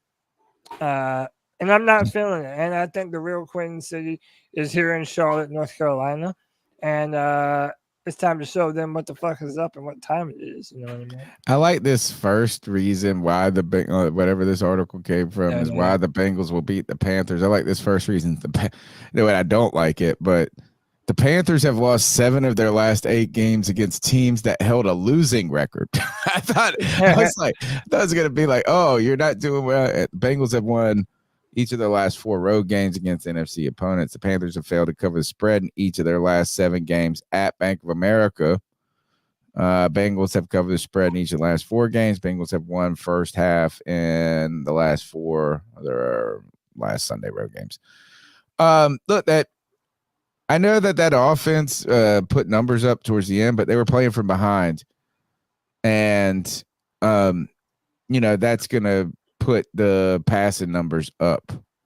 The Commanders got after them early. Yes. So, and it's the Commanders. And I'm not saying, hey, we're the Panthers. So, I mean, hey, I can't. Well, who am I going to talk shit about? But I'm just saying this is that the Bengals, they lost in week 1 against the Patriots. What are they? Are they 0-3 now? Or did they win last night? They didn't win last night at the end. The Patriots beat the Bengals to start the season. Yeah. Then they lost to Kansas City. And they lost last night, right? Was it Kansas City that they played last? I don't think that was at Kansas City, was it? 2 weeks ago? No, a week ago? No, I thought Kansas. Yeah, I think 2 because I know they played on Sunday Night Football, right? Man, maybe it was Kansas City, but because Or no, it was in the 4 The o'clock. Bengals are 0-3. Yeah, so they did lose. I was and I just don't remember who their second opponent was. Let's see. Bengals schedule. It was. I'm pretty sure it was the Chiefs. Bengals schedule. They where is it? But dude, how about Jaden Daniels last night? Yeah, lost 16-10 against the Patriots. Lost 26-25 against in Kansas in Arrowhead. Lost last night 38-33. So look, the Bengals are not the Bengals that we thought they were going to be with Joe Burrow back. Now, Joe Burrow's he has not played poorly in a sense after week 1. They put up, they were close in Kansas City, gave them a real fight. Last night made a late push, but the Commanders were ahead early and control that game. That Jamar Chase. Oh, should we talk about or just mention that is T. Higgins not the player you guys thought he was? I don't know. I mean, quiet, hurt a little, this and that. I mean, it's also still early in the season. It's hard to look at 3 weeks of sample size and be like, oh, he's overrated. Like Jamar Chase wasn't getting a lot of action early to start the season. Maybe we could say, maybe in a few weeks. Oh, what if after next week, we can say Deontay Johnson greater than T. Higgins? I'm here for it. Yeah. I'm here for it. Of the odds. What we got coming up this week? The Panthers are 4.5-point underdogs at home to the Bengals in week 4. This is available at -110 in both directions of the point spread. Anyone wishing to wager Carolina picking up additional momentum on the money line can get odds of +184. Oh, that's good. So if you think that this is a win, that's a good bet for them. FanDuel Sportsbook is expecting plenty of entertainment for fans in attendance, with the over-under set at 47.5 points. Okay. -105 on the over, bet 105 to 100, and the under -115, bet 115 to 100. Now I tell you, they got some receivers that could torch Carolina Panther players. Now, yeah, they do. Oh, I think Kev KG73 said this earlier. JC Horn could get paid next week. Not like, I mean, you go down there and shut down a Jamar Chase.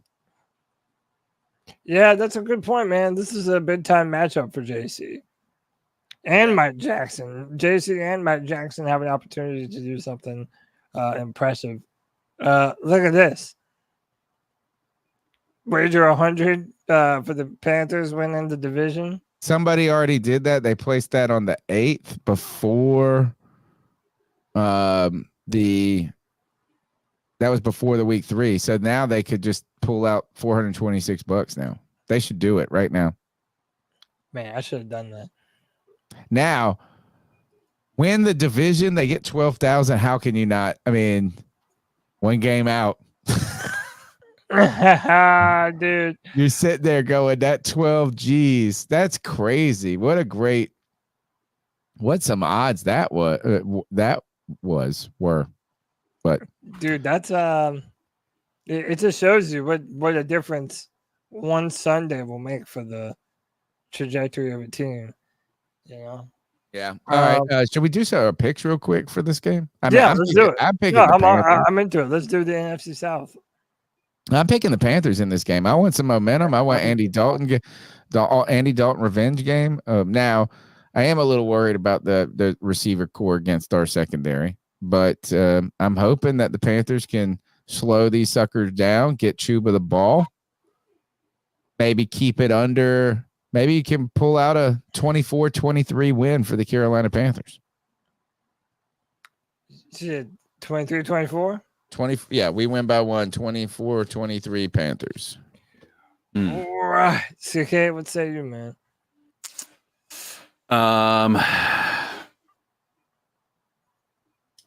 Yeah, I don't think it's going to be as much of a blowout, but I'm going to say 24-21 Panthers. Oh, CK. Really? Yeah. Okay. Look, one win gets us all out of our minds. Panthers, you said 24-21. And Cody, you're going Panthers.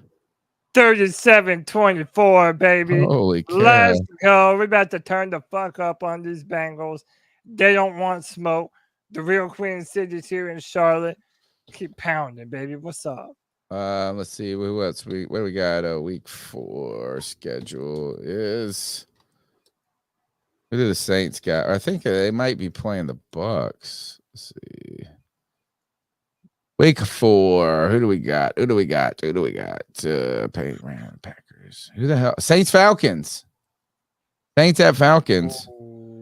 I'm going Saints on the bounce back. Yeah, I'll say Saints 15. We don't got to do those points. We're just picking those. CK? Saints. Yeah. Oh, this is boring. Sorry. All right. And Eagles Bucks. Ooh. Do the Bucks fall? No. Who the Eagles beat? Oh, the Saints last week. Yeah. The Bucks. What'd they do this past week? The Bucks lost. They did lose to Denver. Oh, you know what? I'm going Panthers pull within a game. I'm going Eagles. Okay. Eagles at Bucks. I'm going Bucks. I don't think they're going to lose that one. The Eagles look vulnerable this year. All right. Outside of Saquon. And who you got, Cody? Yeah, I think Tampa. I think they'll bounce back. All right. Do we got here? You want to take another call and then we'll get back. We'll finish up the show with whatever else we got. Yeah, left we're done. There's no we're more done. calls. Yeah. All right. Well, let me get back to there's a couple more calls. 3 more to go. Hey guys, it's the growl that makes him howl, aka Joey the Blind Panther. I was at that game in Vegas. I mean, of course, this is like the most fitting way for the Panthers' first time to be playing in Vegas should be. This is like, of course. So, Vegas being the city of can do, you could do whatever the hell other governments told you can't. And apparently that meant including watching the Panthers win when you haven't been able to do that for I don't know how long. So here we are in the stadium, which is a beautiful stadium, by the way. It's so fun to be there. The Raiders' energy was awesome until, the start of the fourth quarter, it ended up looking like our stadium usually does. I mean, Raiders fans were leaving, and I mean, it was when we walked out, it was deserted. Now, granted, I had made friends of these poor Raiders fans behind me, this young couple. The wife was hot as shit. God How damn. do you know? But she. Did he But yeah, we were standing there, and by the way, they told me. Her and her husband said, "Oh my God, you make me want to root for the Panthers." I told him, "Nah, don't do that. Ain't nothing but heartbreak." This is the good part of our addiction, folks. Doing it. The high of winning, and I'm still high as a fucking kite. And but yeah, we're standing there, me and this girl, arms around each other, both in disbelief. She's in disbelief about her team losing. I'm in disbelief about my team winning. And it's just the greatest feeling ever. And I can't wait to go to the Panthers game next week and not expect us to lose. Anyway, guys.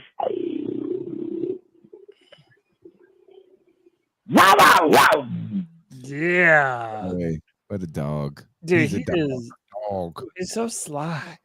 But who needs eyesight when you're Joey, yes. Well, you know, he could see just fine until he started watching the Panthers. Then he gouged his eyes out. Yeah, well, he sees with his fingertips. You know, if it gets touchy, he's just trying. It's like, I got to turn this radio dial on this girl's Yeah, body behind me.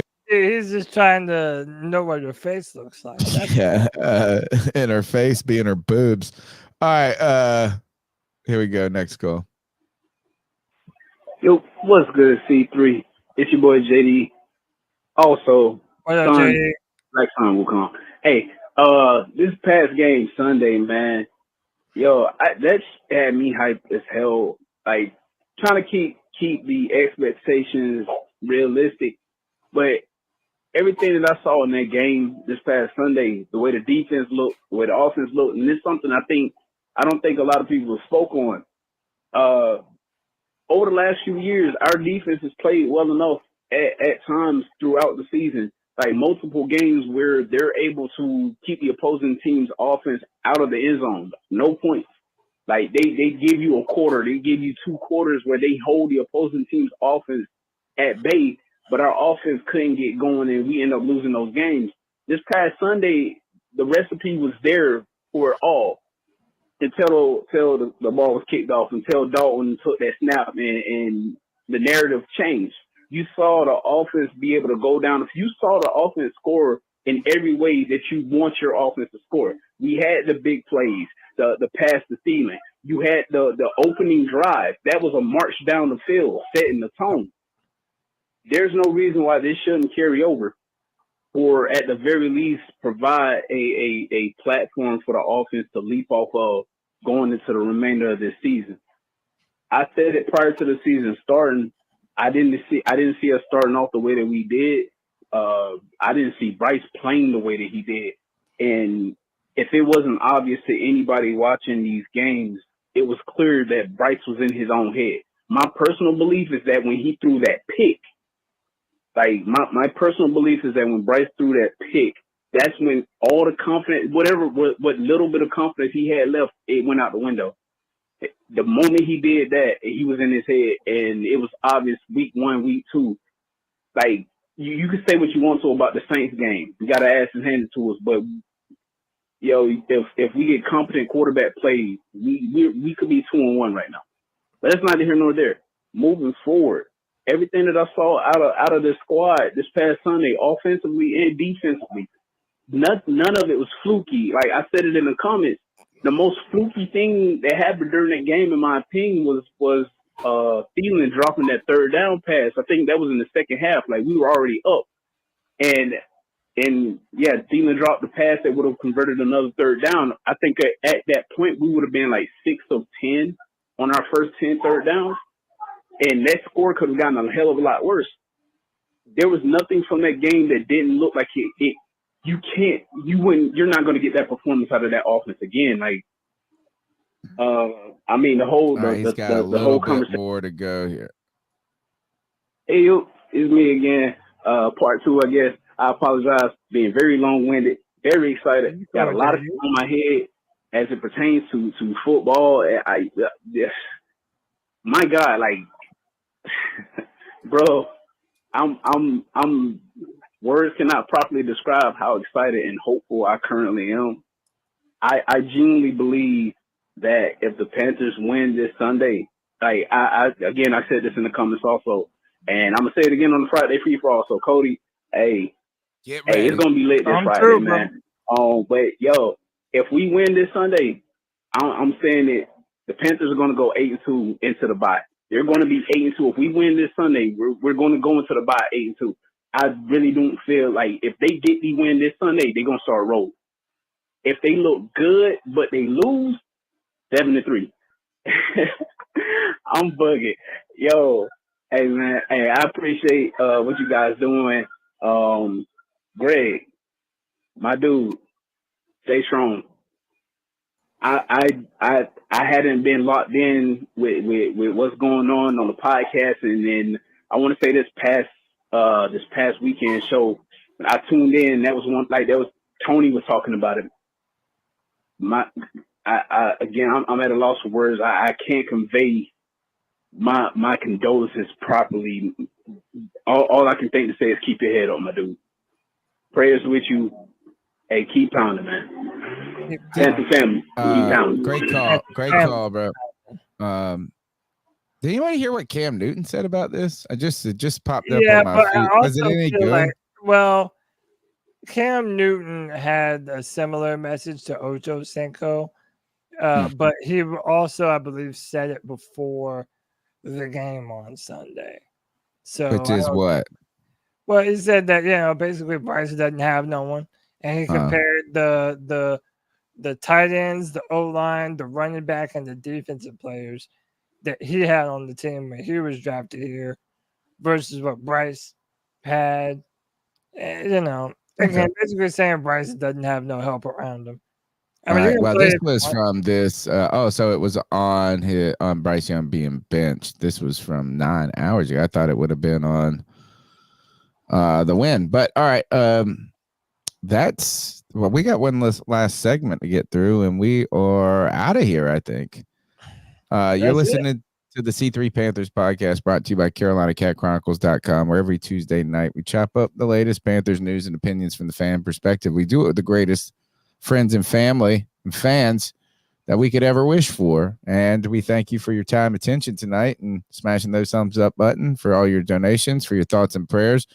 You can go to my Twitter and find the link to the GoFundMe for Greg's wife and family. And the celebration of life is on Friday, and the viewing is on Thursday. Cody Lack, we got to ice some fools up. Let's do that.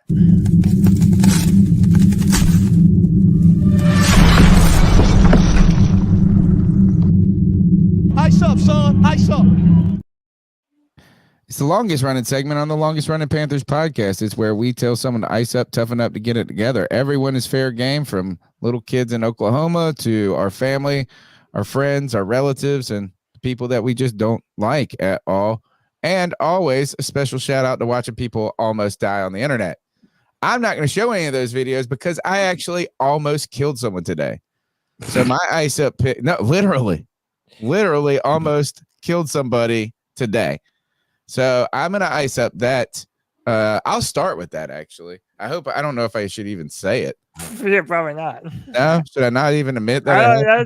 I don't know. That's on you. I don't know.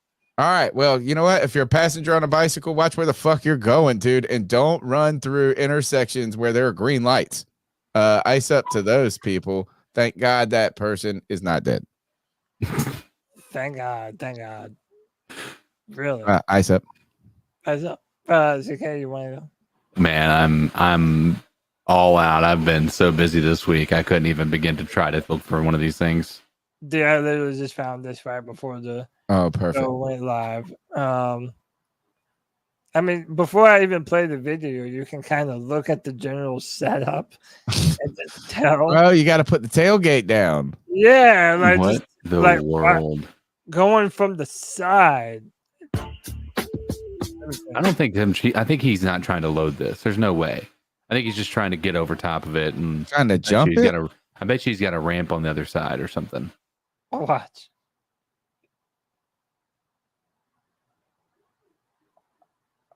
Oh God. What is that on the other side that he's trying? I don't know. It's like there's like a flat platform over the bed of the truck. Yeah. And it He's just trying to stop on rolls off. What? Oh, that dude is. Dude, that hurt too. Oh man, he might be dead. Yep, his kids are gonna be traumatized for the rest of their lives. They're not getting in that little thing. He Oh, could have no. broke his neck on that shit, dude. Look how. All right. All right. Oh, also ice up StreamYard for going up almost 40%. Inflation. But also, thanks for giving us this dark mode that we love so much. Yeah, I know you love that. Bionomics, am I right? Yeah. So, man, or, the American consumer is very resilient. That's what the Kellogg dude said. All right, we got anything else? Is that it? That's it, man. Dude, once again, thank you so much to everyone that's donated to Greg and their GoFundMe. The love and support has just been incredible. And Panther Nation, we have something to be excited about. Excited about Panther football is not something that we're used to. Dude, wouldn't it be something if C3 could follow a season of the Panthers and have them be a good team? God, what a concept. Huh? I don't know about you, but they're a good team right now. This week, they're a good team. Dude, what a dream. What a dream. C3 Panther Nation, we love you. Until this Friday at 7 p.m. for the C3 Friday Free-For-All. My name is Cody Lashing. That's the professor, Tony Dunn. That's the voice, Codizzle Allen. Until next time, keep pounding.